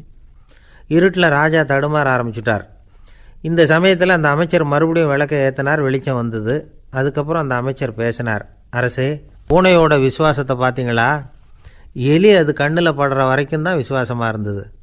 அது மாதிரி எலியை பார்த்ததும் எல்லாத்தையும் விட்டுட்டு அதை துரத்த ஆரம்பிச்சுட்டு பார்த்தீங்களா? தான் வந்து அந்த பூனையை பற்றி நினச்சது தப்புங்கிறது அதுக்கப்புறம் தான் அந்த ராஜாவுக்கு புரிஞ்சுதான். சரி, இப்போ எதுக்கு இந்த கதையெல்லாம் அப்படிங்கிறீங்களா? இந்த பூனை மாதிரி தான் நம்ம மனசும். மனசை வந்து எவ்வளவு தான் பயிற்சி கொடுத்து பக்குவமாக வச்சுருந்தாலும் பார்க்குறதுக்கு பரமசாது மாதிரி தான் இருக்கும். பார்க்க வேண்டியதை பார்த்துட்டுதுன்னா பாஞ்சிரும். இந்த பூனை மாதிரி புலன் இன்ப பொருள்கள் கிட்டாத வரைக்கும் மனம் அடங்கி இருக்கிறது மாதிரி தான் தெரியும். கொஞ்சம் வாய்ப்பு கிடைச்சாலும் அது குதிக்க ஆரம்பிச்சிரும், தப்பு பண்ண ஆரம்பிச்சிரும். பெரிய பெரிய முனிவர்கள் வாழ்க்கையில் நடந்த வீழ்ச்சி இதை தான் நிரூபிக்குது. புலன்களின் ஆற்றல் அதிகம். அதனால் மனக்கட்டுப்பாடு பயிற்சிகளில் ரொம்ப எச்சரிக்கையாக இருக்கணுங்கிறார் சுவாமி சிவானந்தர். மது பழக்கத்தையே விட்டுவிட்டேன்னு உறுதியாக இருப்பான். கடை கண்ணில் பட்டுவிட்டுதுன்னா கால் அவனை கேட்காமலே இழுத்துக்கிட்டு உள்ளே போயிடும். இதுதான் மனசுங்கிறது. அதுதான் அந்த ராஜா வளர்த்த பூனை. நம்மால் ஒருத்தன் அந்த ராஜா பூனை தலையில் விளக்க வச்சது மாதிரி இவன் தன்னுடைய தலையிலேயே ஒரு விளக்கை ஏற்றி வச்சுக்கிட்டு என்னத்தையோ தேட ஆரம்பித்தான். தேடிக்கிட்டு இருக்கிறான். தலையை ஆட்டாமல் நிதானமாக நடந்து ரொம்ப நேரமாக தேடிகிட்டு இருக்கிறான். அந்த சமயம் அங்கே வந்த ஒருத்தர், என்னத்தை தேடுறீங்கன்னு கேட்டார். அதுதான் மறந்து போச்சு அப்படின்னு இழுத்தான். சரி, கொஞ்சம் இப்படி உட்காருங்க, ஞாபகம் வந்ததும் தேட ஆரம்பிக்கலாம் அப்படின்னார் அவர். இவன் கொஞ்ச நேரம் உட்காந்து யோசித்தான். அப்புறம் திடீர்னு எழுந்திரிச்சான். ஞாபகம் வந்துட்டுதுன்னா. என்னன்னு கேட்டார். எங்கள் வீட்டில் இருந்த விளக்கை எங்கே வச்சேன்னு தெரியல, அதை தான் தேடிக்கிட்டு இருக்கிறேன் ஏற்றி வைக்கலாம்னு பார்க்குறேன் அப்படின்னா. ஒரு ராஜா இருந்தார். நாடு பூராவும் நிறைய மரங்களை நட்டு வளர்க்கணுங்கிறது அவரோட ஆசை. தானே அதுக்கு முன்மாதிரியாக இருக்கணும்னு நினச்சார். அரண்மனையை சுற்றி மரங்களை நட்டு வளர்த்தார். இதை பார்த்துட்டு ஜனங்களும் அவங்கவுங்க வீட்டை சுற்றி மரக்கன்றுகளை நட்டு வளர்த்தாங்க. கொஞ்ச காலத்தில் ஊர் பூரா பசுமையாக மாறிச்சு. எல்லாருக்கும் சந்தோஷமாக இருந்தது. இது ஒரு பக்கம் இருக்கட்டும். இப்போ நான் சொல்ல போகிற கதை வேறு. அதாவது அந்த ராஜா ஒரு நாள் தன்னுடைய அரண்மனையை சுற்றி இருக்கிற விதவிதமான மரங்களை எல்லாம் போய் பார்த்தார். எப்படி இருக்கிறீங்க அப்படின்னு ஒவ்வொரு மரத்துக்கிட்டையும் விசாரிச்சாராம். எந்த மரமும் சந்தோஷமாக இருக்கிறதா தெரியல. அதுக்கும் மனசில் ஒரு குறை. முதல்ல ஆலமரத்துக்கிட்ட போனார். அது சொல்லிச்சு, மண்ணா நான் நல்லா பெருசாக வளர்ந்துருக்கிறேன், அடர்த்தியாக இருக்கிறேன், கிளையெல்லாம் 4 பக்கமும் நல்லா படர்ந்து தான் இருக்குது, இருந்தாலும் எந்த பிரயோஜனமும் இருக்கிறதா தெரியல எனக்கு. என்னுடைய பழம்லாம் ரொம்ப சின்னதாக இருக்குது, என் கண்ணுக்கு சரியாக புலப்பட மாட்டேங்குது. நான் இருக்கிற சைஸுக்கு என்னுடைய கிளையில் இருக்கிற பழம்லாம் எவ்வளோ பெருசாக இருக்கணும், அது இத்தினூண்டு இருக்கிறது எனக்கு பெரிய அவமானமாக இருக்குது. இப்படி இங்கே நின்றுக்கிட்டு இருக்கிறதே ரொம்ப கூச்சமாக இருக்குது. ஒரு நல்ல புயல் வந்ததுன்னா பேசாமல் சாஞ்சு விடலாமான்னு பார்க்குறேன் அப்படின்னு புலம்புது ஆலமரம். சரி இருக்கட்டும்னு நினச்சிக்கிட்டு ராஜா அடுத்தபடியாக ஒரு அத்தி மரத்துக்கிட்ட போனார். அதுவும் புலம்ப ஆரம்பிச்சுட்டுது. நான் கூட பெரிய மரம் தான், இல்லை இலையெல்லாம் அழகாக தான் இருக்குது, பழம் அழகாக இருக்குது, இருந்தாலும் உள்ள விஷயம் இல்லையே, அத்தி பழத்தை புட்டு பார்த்தா அத்தனையும் சொத்தை அப்படின்னு பழமொழியே உண்டாயிட்டுதே. இப்படி ஒரு கெட்ட பேரோடு நான் இருக்கணுமா அப்படின்னு புலம்புது அது. சரி இது இருக்கட்டும் அப்படின்னு சொல்லி அடுத்தபடியாக வேப்ப மரத்துக்கிட்ட போனார். அது தன்னுடைய வேதனையை வெளியிட்டது. எனக்கு எவ்வளவோ மருத்துவ குணங்கள்லாம் இருக்கிறதா சொல்லிக்கிறாங்க, இருந்தாலும் என்ன பிரயோஜனம், என்னுடைய பழத்தை மனிதர்கள் யாரும் விரும்பி சாப்பிட்றது இல்லையே அப்படின்னுது. ராஜா அடுத்தாப்புல இருந்து ஒரு பனை மரத்துக்கிட்ட போனார். நான் நல்லா உயரமாக தான் வளர்ந்துருக்கிறேன், மற்ற மரங்கள்லாம் என்னை அண்ணாந்து தான் பார்க்கணும், இருந்தாலும் என்கிட்ட நிழலுக்காக யாரும் ஒதுங்கிறது இல்லையே அப்படின்னுது. என்ன இது எல்லா மரமும் இப்படி திருப்தி இல்லாமல் இருந்துக்கிட்டு இருக்குதே அப்படின்னு நினச்சிக்கிட்டே ராஜா அடுத்தபடியாக அங்கே இருந்த ஒரு பைன் மரத்துக்கிட்ட போனார். அழகாக உயரமாக பசுமையாக தான் இருந்தது, ஆனால் பழமோ பூவோ கிடையாது. அதை நினச்சி அது வருத்தப்பட்டுக்கிட்டு இருக்குது. ஓக் மரம் அது ஒன்று நின்றுட்டு இருந்தது. அது என்ன சொல்லிச்சுன்னா, இலையுதிர் காலத்தில் என் மேலே இருக்கிற எல்லா இலைகளும் உதிர்ந்து போடுது, முடி கொட்டின மனிதர்கள் மாதிரி மொட்டையாக நான் நிற்க வேண்டியிருக்குது, என்ன வாழ்க்கை இது அப்படின்னு சொல்லி அழுத்துக்கிட்டது. சரி புளிய மரம் என்ன சொல்லுது பார்ப்போம்னு அதுக்கிட்ட போனால், என்னுடைய நிழலில் யாருமே தங்க மாட்டாங்க, உடம்புக்கு சூடுன்னு ஒதுங்கி போயிடுவாங்க, அடிமரத்தை பார்த்தீங்கன்னா பட்டையெல்லாம் உறிஞ்சி பார்க்குறதுக்கே கேவலமாக இருப்பேன் அப்படின்னுது அது. முருங்கை மரம் என்ன சொல்லிச்சு தெரியுமா, என்னுடைய இலை காயெல்லாம் சாப்பிட்றவங்களுக்கு சத்து கொடுக்கறது வாசம்தான், ஆனால் என் உடம்புல சத்தே கிடையாது, கொஞ்சம் வேகமாக காற்று அடிச்சதுன்னா முறிஞ்சி விழுந்துடுறேன், என்ன வாழ்க்கை இது அப்படின்னு சொல்லி அது வருத்தப்பட்டது. ராஜா யோசனை பண்ணார். என்ன இது மரங்கள் பூமியின் வரங்கள்னு சொல்கிறோம், மழை பெய்யறதுக்கு அதுதான் காரணம், பூமி செழிப்பாக இருக்கிறதுக்கும் அதுதான் காரணம், வீடு கட்டுறதுக்கு மரம், நாற்காலி செய்ய உபயோகப்படுத்துறதுக்கும் அதுதான் உபயோகப்படுது, மனுஷனுக்கு வேண்டிய ஆகாரங்களையும் கொடுக்குது, இப்படிலாம் இருந்தும் எல்லா மரமும் நிம்மதி இல்லாமல் இருந்துக்கிட்டு இருக்குதே அப்படின்னு நினச்சார். அப்போது அங்கே இருந்த ஒரு மகிழ மரம் அவர் கண்ணில் பட்டுது. அந்த மரம் மட்டும் கொஞ்சம் நிம்மதியாக மகிழ்ச்சியாக இருக்கிறது மாதிரி தெரிஞ்சுது. உடனே ராஜா அதுக்கிட்ட போனார். உனக்கு மனசில் எதுவும் குறை இல்லையான்னு கேட்டார். இல்லை நான் சந்தோஷமாக தான் இருக்கேன்னு அந்த மகிழ மரம். அப்படியான்னு ஆச்சரியமாக கேட்டார் ராஜா. ஆமாம் மன்னா, இந்த இடத்துல நீங்கள் ஒரு முருங்கை மரத்தையோ வேப்ப மரத்தையோ கூட நட்டிருக்கலாம், ஆனால் இந்த இடத்துல நடுறதுக்கு என்ன தேர்ந்தெடுத்துருக்குறீங்க, அதுவே எனக்கு பெருமை, அதுவே எனக்கு திருப்தி அப்படின்னு தான் மகிழ மரம்.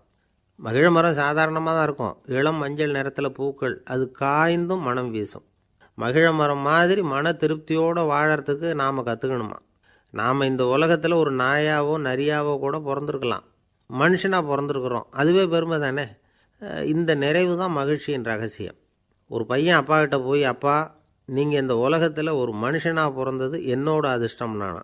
ஏண்டா அப்படி சொல்கிறேன்னு இருக்கார் அப்பா. நீங்கள் ஒரு கரடியாக பிறந்திருந்தா இந்நேரம் நானும் ஒரு கரடி குட்டியாக தானே இருந்திருப்பேன் அப்படின்னு நானா பையன். ஒரு ஊரில் ஒரு ராஜா இருந்தார். அந்த ராஜாவுக்கு ஒரு மந்திரி. ராஜா ரொம்ப நியாயமானவர், நேர்மையானவர், கண்டிப்பானவர். தப்பு செய்கிறது யாராக இருந்தாலும் தண்டனை கொடுப்பார். வேண்டியவங்களுக்கு ஒரு நியாயம், வேண்டாதவங்களுக்கு ஒரு நியாயங்கிறதெல்லாம் அவர்கிட்ட கிடையாது. ஒரு சமயம் அரசவையில் அந்த அமைச்சரே விதிமுறைகளுக்கு புறம்பாக ஏதோ நடந்துக்கிட்டு இருக்கார். மன்னருக்கு கோபம் வந்துட்டுது. உடனே அந்த அமைச்சரை கிட்டத்தில் கூப்பிட்டு அவர் கன்னத்தில் ஓங்கி ஒரு அறை கொடுத்துட்டாராம். உடனே அந்த அமைச்சர் என்ன பண்ணார் தெரியுமா, நேராக போனார், அங்கே நின்றுக்கிட்டு இருந்த இன்னொருத்தர் கன்னத்தில் ஓங்கி அரைஞ்சார். அறை வாங்கினவர் திகைச்சு போயிட்டார். இவர் ஏன் நம்மளை வந்து அறையிறார் அப்படின்னு யோசனை பண்ணார். மன்னரும் திகைச்சு போயிட்டார். நாம் இவரை அரைஞ்சா அதுக்காக இவர் போய் இன்னொருத்தரை அரையணுமா அப்படின்னு யோசனை பண்ணார். இவருக்கு என்ன பைத்தியமானு கூட நினைக்க ஆரம்பிச்சிட்டார். ஆனால் என்ன ஆச்சுன்னா, அப்புறம் அமைச்சர் அவர் கவனிச்சிக்கிட்டு இருந்தாரா, அவர் இன்னொருத்தரை அரைஞ்சார் இல்லையா, அந்த அறை வாங்கின ஆசாமியை பார்த்து கத்திக்கிட்டு இருந்தார். யார்? அமைச்சர். ஏன்பா என்கிட்ட அறையை வாங்கிக்கிட்டு இப்படி விவரம் இல்லாமல் நின்றுக்கிட்டு இருக்கிறியே, நான் உனக்கு கொடுத்ததை நீ வேறு யாருக்கிட்டையாவது கொடுத்துரு அப்படின்னார். உடனே அந்த ஆள் பார்த்தான், தனக்கு அடுத்தபடியாக நின்றுக்கிட்டு இருந்தவனை ஓங்கி ஒரு அறை அரைஞ்சான். அவன் கன்னத்தை தடவிட்டே யோசனை பண்ணான். இது ஏதோ புரிஞ்சுக்கிட்ட மாதிரி அடுத்தாப்பில் நின்றுக்கிட்டு இருந்தவனை அரைஞ்சான். இப்படி இந்த அறை வந்து மாறி மாறி போய்கிட்டே இருக்குது. ஊர் பூரா பிரயாணம் பண்ண ஆரம்பிச்சுட்டுது. அன்னைக்கு ராத்திரி அந்த ராஜா படுக்கிறதுக்காக போனார். அந்த நேரம் பார்த்து அவர் கன்னத்தில் பலார்னு ஒரு அறை விழுந்தது. நம்மளே அரையிறது யார் அப்படின்னு அதிர்ச்சியோட மன்னர் திரும்பி பார்க்குறாரு. அரைஞ்சது அவரோட மனைவி. என்னாச்சு உனக்குன்னு கத்துனார் ராஜா. உங்களுக்கு தெரியாதா, ஊர் பூரா ஒருத்தர் மாற்றி ஒருத்தர் மூலமாக இந்த அறை வந்து பிரயாணம் பண்ணிட்டு வருது அப்படின்னாங்க அந்த அம்மா. அப்படின்னா ஆரம்பித்த இடத்துக்கே வந்துட்டுதா அப்படின்னாராம் மன்னர். என்ன சொல்கிறீங்கன்னு கேட்டிருக்காங்க. இவர் விவரத்தை சொன்னாராம்.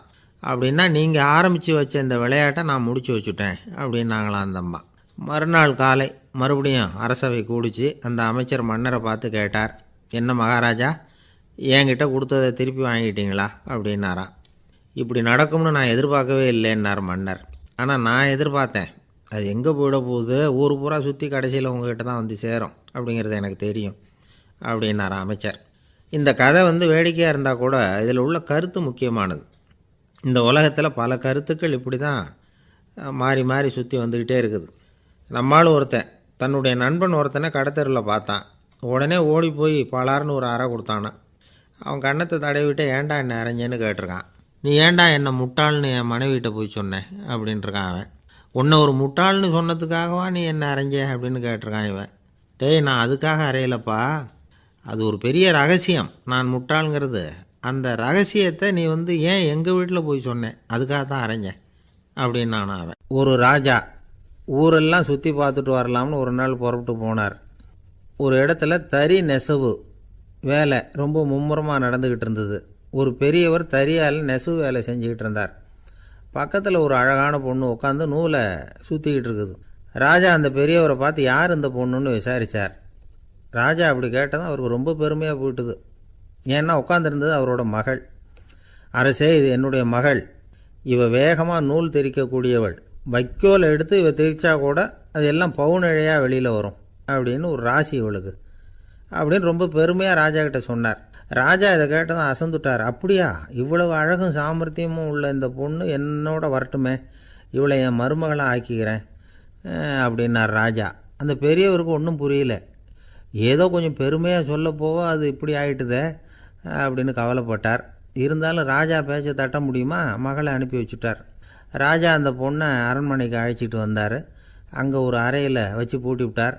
அந்த ரூமு நிறைய வைக்கோலை கொண்டாந்து போட்டு அடைச்சாங்க. 3 ராட்டைகள் வேறு வச்சுருந்தாங்க.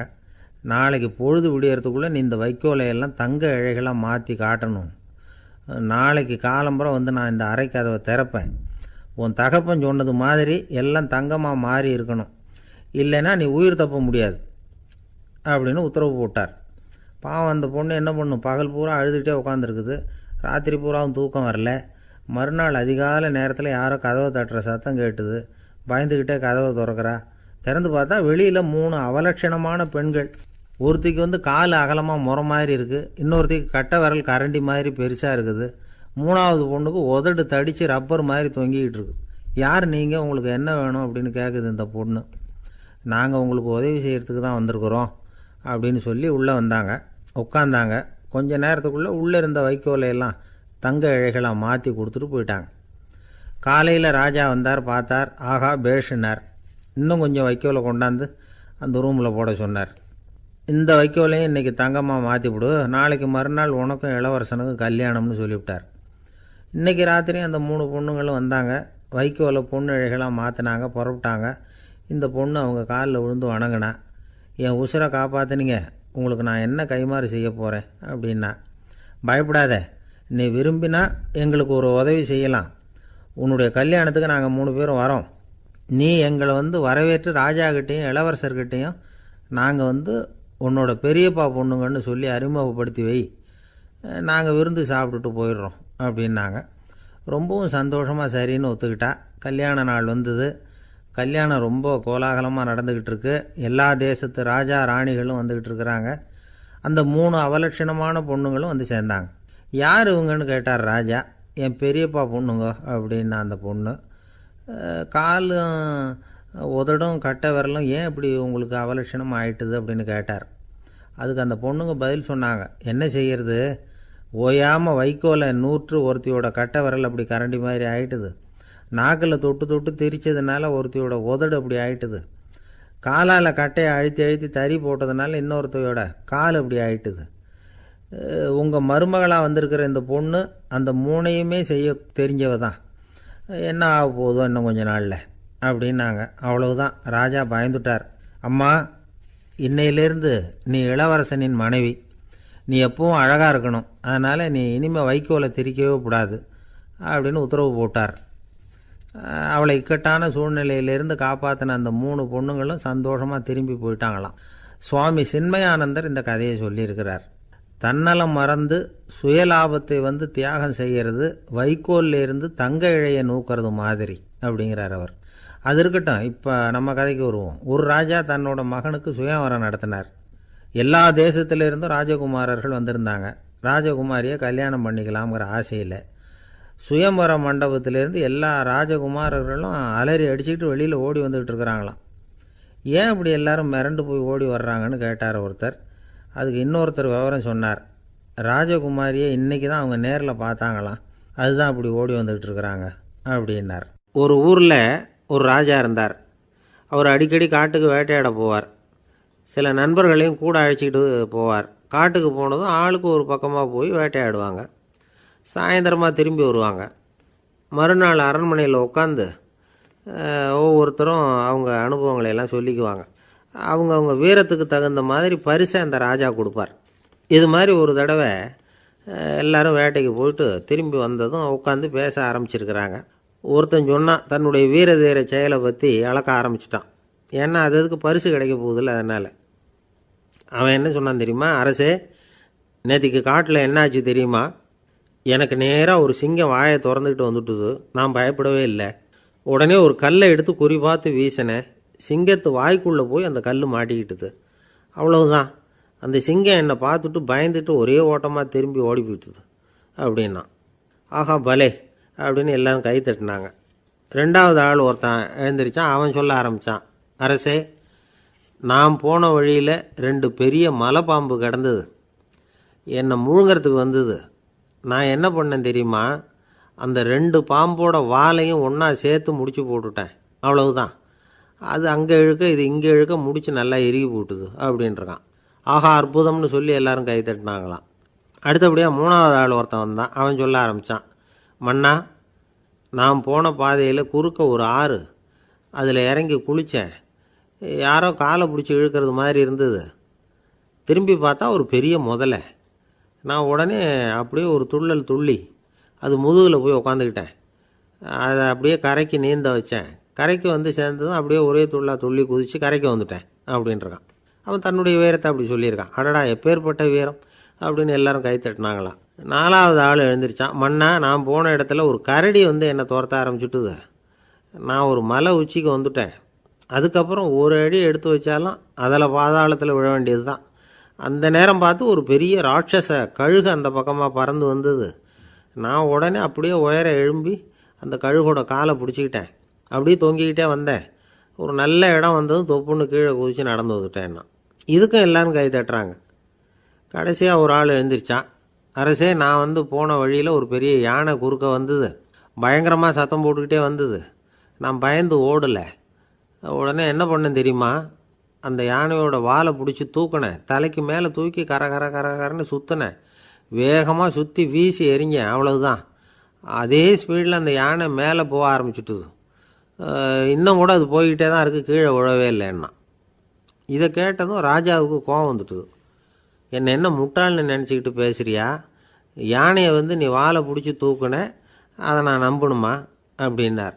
உடனே இவன் பணிவாக பதில் சொன்னான். அரசே, ஒரு சிங்கத்து வாயில் கல் மாட்டிக்கிட்டதை நம்புறீங்க. மலைப்பாம்பு வாலை பிடிச்சி முடிச்சு போட்டதை நம்புறீங்க, முதல்ல முதுகில் சவாரி பண்ணதையும் நம்புறீங்க, கழுகு காலை பிடிச்சிக்கிட்டு பறக்கிறதையும் நம்புறீங்க. அப்படி நம்புறப்போ நான் சொன்னதை மட்டும் நம்பக்கூடாதா அப்படின்னு கேட்டானான். பொய் சொன்னவங்கெல்லாம் தலையை தொங்க போட்டுக்கிட்டாங்களாம். ராஜா அவங்கள பார்த்து சொன்னாராம், நீங்கள் எல்லாரும் என்னை முட்டாளாக்கியிருக்கிறீங்க. கடைசியாக பேசின இவன் தான் எனக்கு உண்மை எது பொய் எதுங்கிறத புரிய வச்சிருக்கிறான். இவன் தான் உண்மையான தைரியசாலி அப்படின்னு சொல்லி அவனுக்கே பரிசையெல்லாம் கொடுத்து பாராட்டினாராம். இப்படி ஒரு கதை. உண்மையை நிலைநாட்டுகிறவன் தான் உண்மையான வீரன் அப்படிங்கிறத இதிலிருந்து நாம் புரிஞ்சுக்கணும். இந்த காலத்துல எல்லாம் பொய் சொன்னால் தான் பிழைக்க முடியுங்கிறது ஒரு சில பேரோட நம்பிக்கை. ஒரு அப்பாவுக்கு தன் மகனுக்கு பொய் சொல்ல தெரியலையேங்கிற கவலை. பொய் சொன்னால் தான் இந்த உலகத்தில் பிழைக்கலாம், ஆனால் இவனுக்கு அது தெரியலையே, அதனால் இவனை அழைச்சிட்டு போய் நடுக்கடலில் விட்டுட்டு வந்துடுவோம் அப்படின்னு அழைச்சிட்டு புறப்பட்டான். கடற்கரைக்கு போனான். மகனுக்கு சந்தேகம், எங்கேப்பா என்னை அழைச்சிட்டு போகிறேன்னு கேட்டிருக்கான். கடலில் மீன் பிடிக்க கற்றுக் கொடுக்க போகிறேன் உனக்கு அப்படின்னானா. நான் ஏற்கனவே மீன் பிடிச்சிட்டேனேன்னானா இவன் மகன். எங்கே அதுன்னு கேட்டிருக்கான் அப்பங்காரன். சுட்டு சாப்பிட்டுட்டேன்ருக்கான் புள்ள. அப்பங்காரன் பார்த்தான், சரி நம்ம புள்ள பொழைச்சிக்கோ அப்படின்னு சொல்லி திருப்பி அழைச்சிட்டு வந்துட்டானான். காசி மாநகரத்தை பிரம்மதத்தன் அப்படிங்கிற ராஜா ஆட்சி பண்ணிட்டு வந்தார். அவர் ஒவ்வொரு வருஷமும் ஒரு திருவிழா நடத்துறது வழக்கம். எல்லா தேசத்திலிருந்தும் எல்லா வகையான ஜனங்களும் அதில் வந்து கலந்துக்குவாங்க. ஒரு சமயம் அது மாதிரி விழா நடந்துக்கிட்டு இருந்தது. வைகுண்டத்திலிருந்து தேவலோகத்திலிருந்து நிறைய தேவகுமாரர்கள்லாம் காசி நகருக்கு அப்போது வந்திருந்தாங்க. அதில் முக்கியமாக ஒரு 4 தேவகுமாரர்கள். அந்த 4 பேரையும் சுற்றி ஏகப்பட்ட கூட்டம். அப்படி என்ன விசேஷம் அவங்கக்கிட்ட அப்படின்னா, மற்றவங்களை விட அவங்க முகம் அழகாக இருந்ததா அப்படி பார்த்தா அப்படியும் இல்லை. அவங்க அணிஞ்சிருந்த மலர் மாலைகள் தான் அதுக்கு காரணமாக. அந்த மலர்கள்லேருந்து அப்படி ஒரு அபூர்வமான நறுமணம். இதுக்கு முன்னாடி இப்படி ஒரு நறுமணத்தை அந்த ஊர் ஜனங்க அனுபவிச்சதே இல்லை. அதுதான் அந்த 4 பேரையும் சுற்றி கூட்டம். எல்லாரும் கேள்வி கேட்க ஆரம்பித்தாங்க. உடனே அந்த 4 தேவகுமாரர்களும் எல்லாருக்கும் தெரியும்படியாக வானத்தில் எழும்பி கொஞ்சம் உயரமாக நின்றுக்கிட்டாங்க. கீழே நின்றுக்கிட்டு இருந்த அரசன்லேருந்து ஆண்டி வரைக்கும் ஒருத்தர் பாக்கி இல்லாமல் ஒரே குரலில் எல்லாரும் அவங்கள பார்த்து, எங்களுக்கும் இது மாதிரி மாலையை போட்டுக்கணும்னு ஆசையாக இருக்குது, அதுக்கு நீங்கள் தான் அருள் பண்ணணும் அப்படின்னு கேட்டுக்கிட்டாங்க. மாலை போட்டுக்கிறதுனா எல்லாருக்கும் ஆசையாக தானே இருக்கும். அந்த 4 தேவகுமாரர்களில் ஒருத்தர் புத்தர் பிரான். அவர் சொன்னார், பூலோகவாசிகளே, நான் சொல்கிறத கொஞ்சம் பொறுமையாக கேளுங்க. கக்காரு அப்படிங்கிற கற்பக விருஷத்தின் மலர்களால் தொடுக்கப்பட்டது இந்த மாலை. இதுக்கு நிறைய சக்தி உண்டு. எந்த காலமும் இது வாடாது, வாசனையும் குறையாது. ஆனால் இதை அணிந்து கொள்கிறதுக்கு சில தகுதிகள் தேவை அப்படின்னார். என்ன தகுதி அது சொல்லுங்களேன் அப்படின்னு ஏக காலத்தில் எல்லாரும் சத்தம் போட்டாங்க. தீய இயல்புகள் உள்ளவங்க, இழிந்த சிந்தனை இழிந்த செயல் உள்ளவங்க இந்த மாலையை அணிய முடியாது அப்படின்னார். அவ்வளோதான். கூட்டத்தில் சத்தம் போட்டவங்கள்லாம் மெதுவாக அப்படி அடங்க ஆரம்பிச்சிட்டாங்க. இன்னொரு தேவகுமாரன் சொன்னார், அடுத்தவங்க பொருளை அபகரிக்காதவன், அடுத்தவங்களுக்கு கெடுதல் பண்ணக்கூடிய பொய் பேசாதவன், பேராசையினால் கெட்ட வழியில் பொருள் ஈட்ட நினைக்காதவன் இந்த மாலையை போட்டுக்கலாம் அப்படின்னார். கூட்டத்திலிருந்து யாரும் முன்னுக்கு வரல. ஒரே ஒரு ராஜகுரு மட்டும் கொஞ்சம் முன்னாடி வந்தார். பெரியவர், படித்தவர். அவர், எனக்கு தகுதி இருக்குது அந்த மாலையை போட்டுக்கிறதுக்கு அப்படின்னார். வேறு ஒன்றும் இல்லை, பொய் சொல்லியாவது அந்த மாலையை வாங்கிக்குவோமே அப்படின்னு முடிவு பண்ணிட்டார் அவர். அவ்வளோதான், மாலையை வாங்கிட்டார். அடுத்த தேவகுமாரன் பேசினார். யாருக்கு திடமான அறிவும் மனமும் இருக்குதோ, யாருக்கு நல்ல காரியங்களில் அசையாத ஈடுபாடு இருக்குதோ, நல்ல அரிய பொருள்களை தனியாக தான் மட்டும் அனுபவிக்க விரும்பாதவர் யாரோ அவர் முன்னாடி வந்து இந்த மாலையை வாங்கிக்கலாம் அப்படின்னார். அந்த தகுதியும் எனக்கு இருக்குன்னார் ராஜகுரு. மாலையை வாங்கி போட்டுக்கிட்டார். இன்னொரு ராஜகுமாரன் பேச ஆரம்பித்தார். அறநெறியில் செல்வம் சேர்க்கணும், ஆடம்பர பொருள்களுக்கு அடிமையாகக்கூடாது, வெற்றி அடைஞ்சாலும் கர்வம் வரக்கூடாது, அப்படிப்பட்டவங்க இந்த மாலையை போட்டுக்கலாம்னார். துணிஞ்சு பொய் சொல்லி அதையும் வாங்கி கழுத்தில் போட்டுக்கிட்டார் இந்த ராஜகுரு. இன்னொரு ராஜகுமாரன் சொன்னார், சான்றோர்களை நிந்திக்காதவங்க, புறம் பேசாதவங்க இந்த மாலையை போட்டுக்கலாம்னார். அதையும் வாங்கி போட்டுக்கிட்டார். திருவிழா முடிஞ்சுது, எல்லோரும் திரும்பி போயிட்டாங்க. மறுநாள் ராஜகுரு 4 மாலைகளையும் போட்டுக்கிட்டு ராஜசபைக்கு வரார். வந்தவர் ரொம்ப அவஸ்தையோடு வர்றார். மாலையெல்லாம் வாடி போயிட்டுது, வாசனை எதுவும் கிடையாது. அது மட்டும் இல்லை, அவருக்கு கடுமையான தலைவலி வேறு வந்துட்டுது. துடிச்சு போயிட்டார். மாலையை கழட்டவும் முடியல. ஜனங்கள்லாம் அவரை பார்த்து சிரிக்க ஆரம்பிச்சிட்டாங்க. என்னத்துக்கு ஆசைப்படணும், ஏன் இப்படி கஷ்டப்படணும் அப்படின்னு. ராஜா பார்த்தார். மறுபடியும் விழாவுக்கு ஏற்பாடு பண்ணினார். தேவகுமாரர்கள்லாம் வந்தாங்க. ராஜகுரு வந்தார். மக்கள் முன்னிலையில் அவங்க காலில் விழுந்தார், மன்னிப்பு கேட்டுக்கிட்டார். இந்த மாலையை போட்டுக்கிற தகுதி எனக்கு இல்லை. தகுதி இல்லாத ஒருத்தன் தகாத தகுதியை பொய் மூலம் பெறணும்னு ஆசைப்படுறாங்களே, அவங்களுக்கெல்லாம் என்னுடைய தண்டனை ஒரு எச்சரிக்கையாக இருக்கட்டும்னார். அதுக்கப்புறம் தேவகுமாரர்கள் அவர் கழுத்தில் இருக்கிற மாலையை கழட்டினாங்களாம். அந்த மாலைகளும் பழையபடி மனம் கொடுக்க ஆரம்பிச்சுட்டு தான். இதுலேருந்து நாம் தெரிஞ்சுக்க வேண்டியது என்னென்னா, நமக்கு தகுதி இல்லாத ஒரு கௌரவம் நம்மக்கிட்ட தானாக வந்தால் கூட அதை தவிர்த்து விடுறது தான் நல்லது. அதுதான் புத்திசாலித்தனம். ஒருத்தர் வந்தார், சார் எங்கள் இலக்கிய மன்ற விழாவுக்கு நீங்கள் தலைமை தாங்கணும்னார். உடனே இவர் சொன்னார், பேச்சாளர், சார் இலக்கியத்தை பற்றி பேசுகிற தகுதி எனக்கு இல்லையே அப்படின்னார். உடனே அவர் கூப்பிட வந்தவர் சொன்னார், அந்த தகுதி உங்களுக்கு இல்லைங்கிறது எங்களுக்கும் தெரியும் சார், அதனால தான் உங்களை தலைமை தாங்க கூப்பிட்றேன் அப்படின்னார். அது சரி, தலைமைன்னா அதுக்கு இவர் என்ன தான் அர்த்தம் பண்ணுறாருன்னு தெரியல. ஒரே ஒரு ஊரில் ஒரு ராஜா இருந்தார். அவர் பேரில் மக்களுக்கு ரொம்ப மரியாதை. அவ்வளவு நல்லா ஆட்சி புரிஞ்சுக்கிட்டு வந்தார். அவருக்கு வயசாகிட்டுது. அதனால் ஒரு நாள் அமைச்சரை கூப்பிட்டார். இதை பாருங்கள், எனக்கு வயசாகிட்டுது, அதனால் இந்த அரச பொறுப்பையெல்லாம் நீங்கள் ஏற்றுக்குங்க அப்படின்னார். அதுக்கப்புறம் ராணியை கூப்பிட்டார். வா, நாம் இனிமேல் இங்கே இருக்க வேணாம், காட்டுக்கு போய் தவம் பண்ணலாம் அப்படின்னு கூப்பிட்டார். இந்த செய்தி மக்களுக்கு அறிவிக்கப்பட்டது. மக்கள் உடனே கூட்டம் கூட்டமாக அரண்மனைக்கு வர ஆரம்பிச்சிட்டாங்க. மன்னரை போய் பார்க்குறாங்க. அரசே, தாங்கள் எங்களுக்கு தந்தை மாதிரி. நீங்கள் காட்டுக்கு போயிட்டால் நாங்கள்லாம் இங்கே எப்படி இருக்க முடியும்? எங்களுக்கெல்லாம் எந்த துன்பமும் இல்லாமல் பார்த்துக்கிட்டு வர்றீங்க. இது மாதிரியான ஒரு அரசாட்சி இல்லைன்னா மக்கள் வாழ்ந்து என்ன பயன் அப்படின்னாங்க. இருந்தாலும் என்ன பண்ணுறது, வயசாயிட்ட காரணத்தினால இந்த முடிவுக்கு வர வேண்டியிருக்குது அப்படின்னாரா ராஜா. அப்படின்னா நீங்கள் காட்டுக்கு போக வேணாம், நாங்கள் போகிறோம். நாங்கள் அங்கே போய் தவம் பண்ணுறோம், வழிபாடு பண்ணுறோம். கடவுள் வருவார், அவர்கிட்ட வரம் வாங்கிட்டு வந்துடுறோம் அப்படின்னாங்களாம். அப்படி சொல்லிவிட்டு உடனே எல்லோரும் காட்டுக்கு போனாங்க. நாட்டு மக்கள் எல்லாரும் ஒட்டு மொத்தமாக காட்டில் உட்காந்துக்கிட்டு தவம் பண்ணுறதை பார்த்தார் கடவுள். உடனே புறப்பட்டு வந்தார். எல்லோரும் இப்படி உட்காந்துருக்குறீங்களே, என்ன வேணும் உங்களுக்கு அப்படின்னு கேட்டார். உடனே மக்கள் எல்லாரும் ஒரு குரலில் சொன்னாங்க, சுவாமி, எங்கள் மன்னன் ரொம்ப நாளைக்கு நல்லபடியாக இருக்கணும். அவர் மகிழ்ச்சியாகவும் உடல் நலத்தோடும் இருந்தால் தான் நாங்கள் அமைதியாக வாழ முடியும் அப்படின்னாங்க. சரி, அதுக்கு என்ன செய்யணும் அப்படின்னார் ஆண்டவன். எங்கள் மன்னருக்கு இன்னும் ஒரு 100 வருஷம் ஆயுளை கொடுங்க அப்படின்னாங்க. அவ்வளவு தானே, சரி அப்படியே ஆகட்டும் அப்படின்னு சொல்லிவிட்டு ஆண்டவன் போயிட்டார். மக்கள் மகிழ்ச்சியோடு திரும்பி வந்தாங்க. மன்னா, கடவுள் வரம் கொடுத்துட்டார், நீங்கள் 100 வருஷம் வாழ போகிறீங்க அப்படின்னாங்க. இதை கேட்டதும் ராணி ராஜாவை வணங்கி, நான் தவம் செய்ய போகிறேன் அப்படின்னு புறப்பட்டாங்க. உடனே மக்கள் என்ன நினச்சாங்க தெரியுமா? ஐயோ, நாம் ராஜாவுக்கு மட்டும்தானே நீண்ட ஆயுள் வேணும்னு வரம் வாங்கினோம், ராணிக்கு வாங்கலையே, அதுதான் கோபத்தில் புறப்பட்டாங்க போல இருக்குது அப்படின்னு நினச்சி வருத்தப்பட்டாங்க. ஆனால் ராணி நினச்சது அது இல்லை. ராணி போய் தவம் பண்ணாங்க, கடவுள் காட்சி கொடுத்தார். இவங்க கேட்குறாங்க, சுவாமி, ராஜாவுக்கு மட்டும் 100 வருஷம் ஆயுள்னு வரம் கொடுத்துட்டீங்க, அப்படின்னா குடிமக்களும் 100 வருஷம் இருக்கணும். இப்படிப்பட்ட குடிமக்கள் இல்லைன்னா அப்படிப்பட்ட அரசன் இருந்து என்ன பிரயோஜனம் அப்படின்னாங்களாம். ஆண்டவன் பார்த்தார், சரி அவங்களும் 100 வருஷம் வாழ்வாங்க, அது மட்டும் இல்லை, நீயும் 100 ஆண்டு காலம் வாழ வரமளிக்கிறேன் அப்படின்னு சொல்லிவிட்டு மறைஞ்சிட்டார். இதில் ஆண்டவன் வர்றதும் மறையிறதும் முக்கியம் இல்லை. இதில் கவனிக்க வேண்டியது ஆள்கிறவனின் விசால மனம், குடிமக்களின் விசால மனம், ஆள்கிறவன் மனைவியினுடைய விசால மனம். இப்படி ஒரு நாடு இருந்துட்டுதுன்னா எப்படி இருக்கும் வாழ்க்கை நினச்சி பாருங்கள். அதனால தான் பெரியவங்கள்லாம் சொல்கிறாங்க, இதய வாசல் திறந்தே இருக்கணும், இதயத்தின் கதவுகளை மூடாதீங்க அப்படின்னு சொல்லுவாங்க. என்கிட்ட ஒருத்தர் சொன்னார், என்னுடைய இதய வாசல் எப்போவும் திறந்தே தான் இருக்குதுன்னார். எதனால் அப்படி சொல்கிறீங்க அப்படின்னு கேட்டோம். டாக்டரே சொல்லிவிட்டார், என்னுடைய இதயத்தில் ஒரு ஓட்டை இருக்குது அப்படின்னு, வால்வு சரியில்லையா அப்படிங்கிறார். ஒரு ஊரில் ஒரு ராஜா இருந்தார். பெரிய அரண்மனையில் தான் இருக்கிறார். எல்லா வசதியும் இருந்தது. இருந்தாலும் அவர் எல்லாரும் சொல்கிறது எப்படி தெரியுமா? பிச்சைக்கார ராஜா. அப்படி ஒரு பேர் அவருக்கு நிலச்சி போச்சு. ஜனங்களும் சரி, மற்ற தேசங்களில் உள்ளவங்களும் சரி, அவர் அந்த பேர் சொல்லியே குறிப்பிடுறது வழக்கமாக போட்டுது. இது அவருக்கு ரொம்ப கவலையாக போச்சு.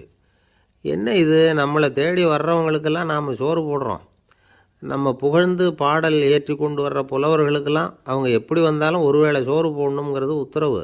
இவ்வளவுலாம் செஞ்சும் நம்மளை போய் பிச்சைக்கார ராஜான்னு எல்லாரும் சொல்கிறாங்களே, அது ஏன், எதுக்காக இப்படி சொல்கிறாங்க? இதுதான் ராஜாவுக்கு குழப்பம். சரி, இதை பற்றி நம்ம அமைச்சர்கள்கிட்ட கேட்கலாமா அப்படின்னு யோசனை பண்ணார். இந்த விஷயத்தை போய் அவங்கக்கிட்ட எப்படி கேட்குறதுன்னு அவருக்கு தயக்கமாக இருந்தது. கௌரவ குறைச்சலாக தெரிஞ்சுது அவருக்கு. சரி, சாதாரண குடிமக்கள்கிட்ட இதை பற்றி கேட்கலாமா அப்படின்னு யோசனை பண்ணார். கேட்கலாம், ஆனால் அவங்க யாரும் ராஜா முன்னாடி வந்து நின்று தைரியமாக பேசக்கூடிய அளவுக்கு இல்லை. ராஜாவோட குழப்பம் நாளுக்கு நாள் அதிகமாக போச்சு. கடைசியாக அவர் ஒரு முடிவுக்கு வந்தார். அதாவது இதை பற்றி ஒரு பிச்சைக்காரங்கிட்டே கேட்டு பார்த்துட்டா என்ன. இதுதான் அவர் பண்ண முடிவு. உடனே மாறு வேஷம் போட்டுக்கிட்டு நகர்வலம் போனார். ஒரு பிச்சைக்காரனை கண்டுபிடிச்சார். இதை பாருப்பா, நம்ம ராஜாவை எல்லாரும் பிச்சைக்கார ராஜான்னே சொல்கிறாங்களே, அதுக்கு என்ன காரணமாக இருக்கும் அப்படின்னு கேட்டார். அதுக்கு அவன் சொல்கிறான், இதுக்கான பதிலை இன்னும் ஒரு 30 நாளில் சொல்கிறேன் அப்படின்னா. உடனே இவருக்கு சந்தோஷம். உண்மையை அவங்ககிட்ட சொன்னார். நான் வேற யாரும் இல்லை, நான் தான் இந்த நாட்டு ராஜா. இப்போ நீ என் கூடவே வந்துடு, அரண்மனையிலேயே தங்கிக்கோ. 30 நாள் கழித்து எனக்கு பதில் சொல்லிவிட்டு அதுக்கப்புறமா நீ போகலாம் அப்படின்னு சொல்லி அழைச்சிட்டு வந்துட்டார். அரண்மனையில் ஒரு மூலையில் அவன் தங்கறதுக்கு இடம் கொடுத்தார். தினம் 2 வேளையும் இவனுக்கு சோறு போடுங்க அப்படின்னு உத்தரவு போட்டார். ராஜா கொடுத்த இடத்துல போய் உக்காந்துக்கிட்டான் அந்த பிச்சைக்காரன். தினமும் அந்த அரண்மனையில் நடக்கிறதையெல்லாம் கவனிச்சிக்கிட்டு வந்தான். வேளைக்கு சாப்பாடு வரும், சாப்பிட்டுக்கிட்டு இருக்கான். இப்படி 30 நாள் முடிஞ்சுது. ராஜா வந்தார். என்ன, என்னோட கேள்விக்கு பதில் என்னன்னு கண்டுபிடிச்சிட்டியான்னார். கண்டுபிடிச்சிட்டேன்னா. என்ன எல்லாரும் பிச்சைக்கார ராஜான்னு சொல்கிறாங்களே, அது நியாயமாக படுதா உனக்குன்னு கேட்டார்.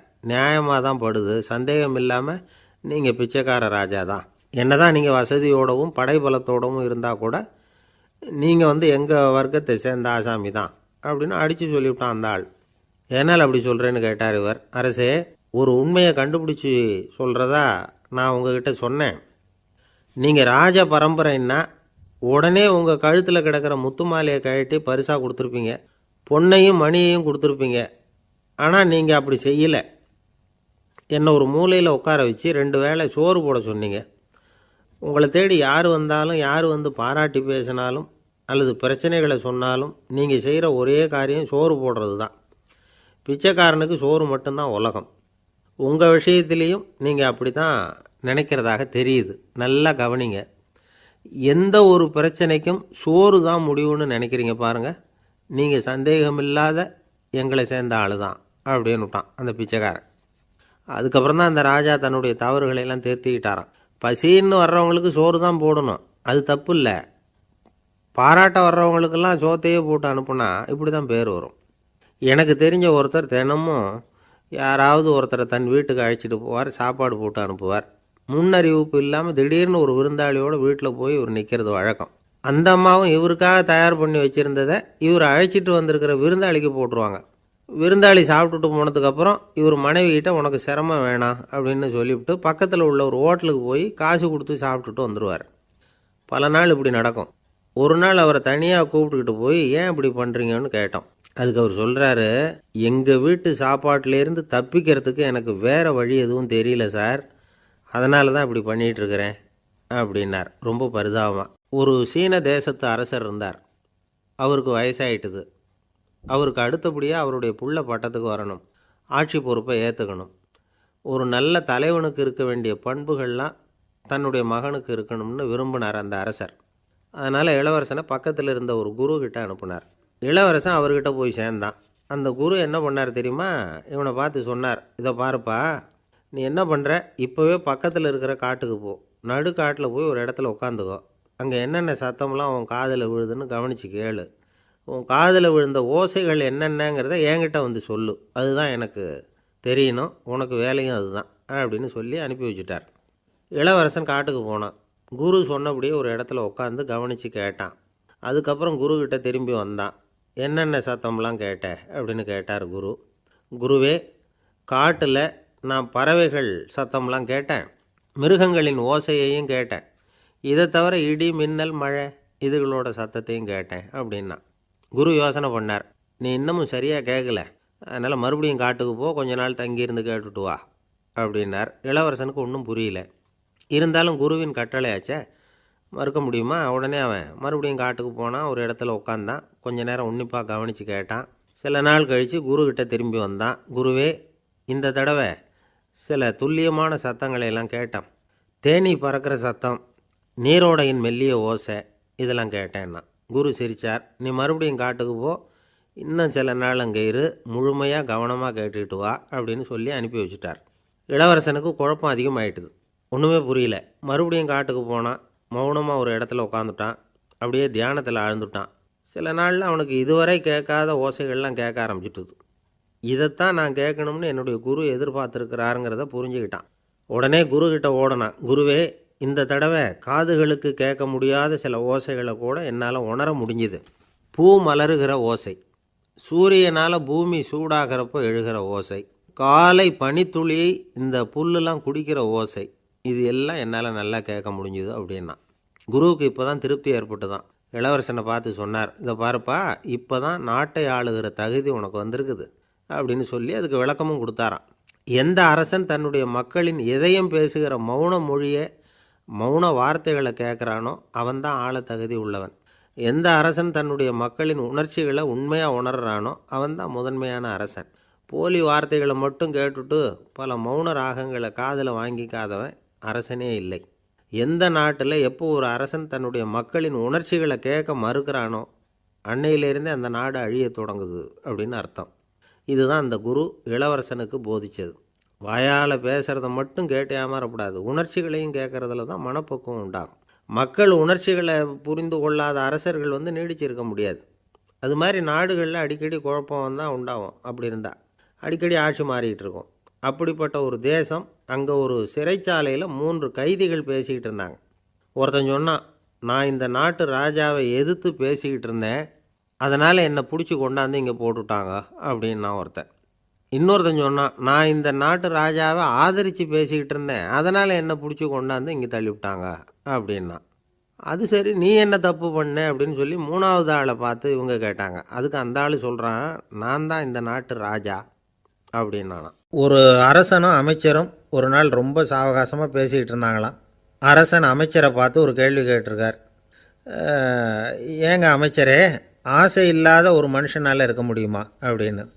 ஏன் முடியாது, துறவி அப்படிங்கிறவங்கெல்லாம் அப்படிப்பட்டவங்க தானே அப்படின்னாராம் அமைச்சர். அவங்கெல்லாம் உண்மையிலேயே ஆசையை விட்டவங்க தானா அப்படின்னு கேட்டாராம் ராஜா. அப்படி தான் இருக்கணும் அப்படின்னாராம் அமைச்சர். அப்படின்னா ஆசையே இல்லாத ஒரு உண்மையான துறவியை நான் பார்க்கணுமேன்னார். அது என்ன பிரமாதம், அதுக்கு நான் ஏற்பாடு பண்ணுறேன் அப்படின்னு விட்டார் இவர்.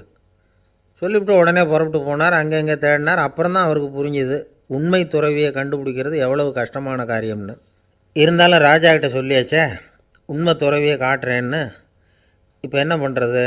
ராஜா கிட்ட சொன்னபடி நடக்கலைன்னா அவருக்கு கோபம் வந்துடும். அமைச்சர் ஒரு யோசனை பண்ணார். அவருக்கு ஒரு வழி தெரிஞ்சுது. அதுதான் சரின்னு முடிவு பண்ணார். அதாவது அந்த ஊரில் அவருக்கு தெரிஞ்ச நாடக நடிகர் ஒருத்தர் இருக்கிறார், நல்லா நடிப்பார். அவரை போய் பார்த்தார். இதை பாருப்பா, எனக்காக நீ ஒரு காரியம் செய்யணும்னார். என்னன்னு கேட்டார் அவர். நீ ஒரு துறவி மாதிரி கொஞ்சம் நேரத்துக்கு நடிக்கணும். ராஜா உன்னை பார்த்துட்டு போகிற வரைக்கும் நடி, அது போதும். அதுக்காக உனக்கு 10,000 ரூபா தரேன் அப்படின்னார். அவர் எந்த காலத்தில் இவ்வளவு பணத்தை மொத்தமாக பார்த்துருக்கார். அதனால் உடனே சரின்னு ஒத்துக்கிட்டார். அமைச்சர் அரண்மனைக்கு திரும்பி வந்தார். என்ன அமைச்சரே, இன்னுமா ஒரு உண்மையான துறவி கிடைக்கலன்னார். உண்மையான துறவி ஒருத்தரை இப்போ தான் கொஞ்ச நேரத்துக்கு முன்னாடி பார்த்து பேசிவிட்டு வர்றேன்.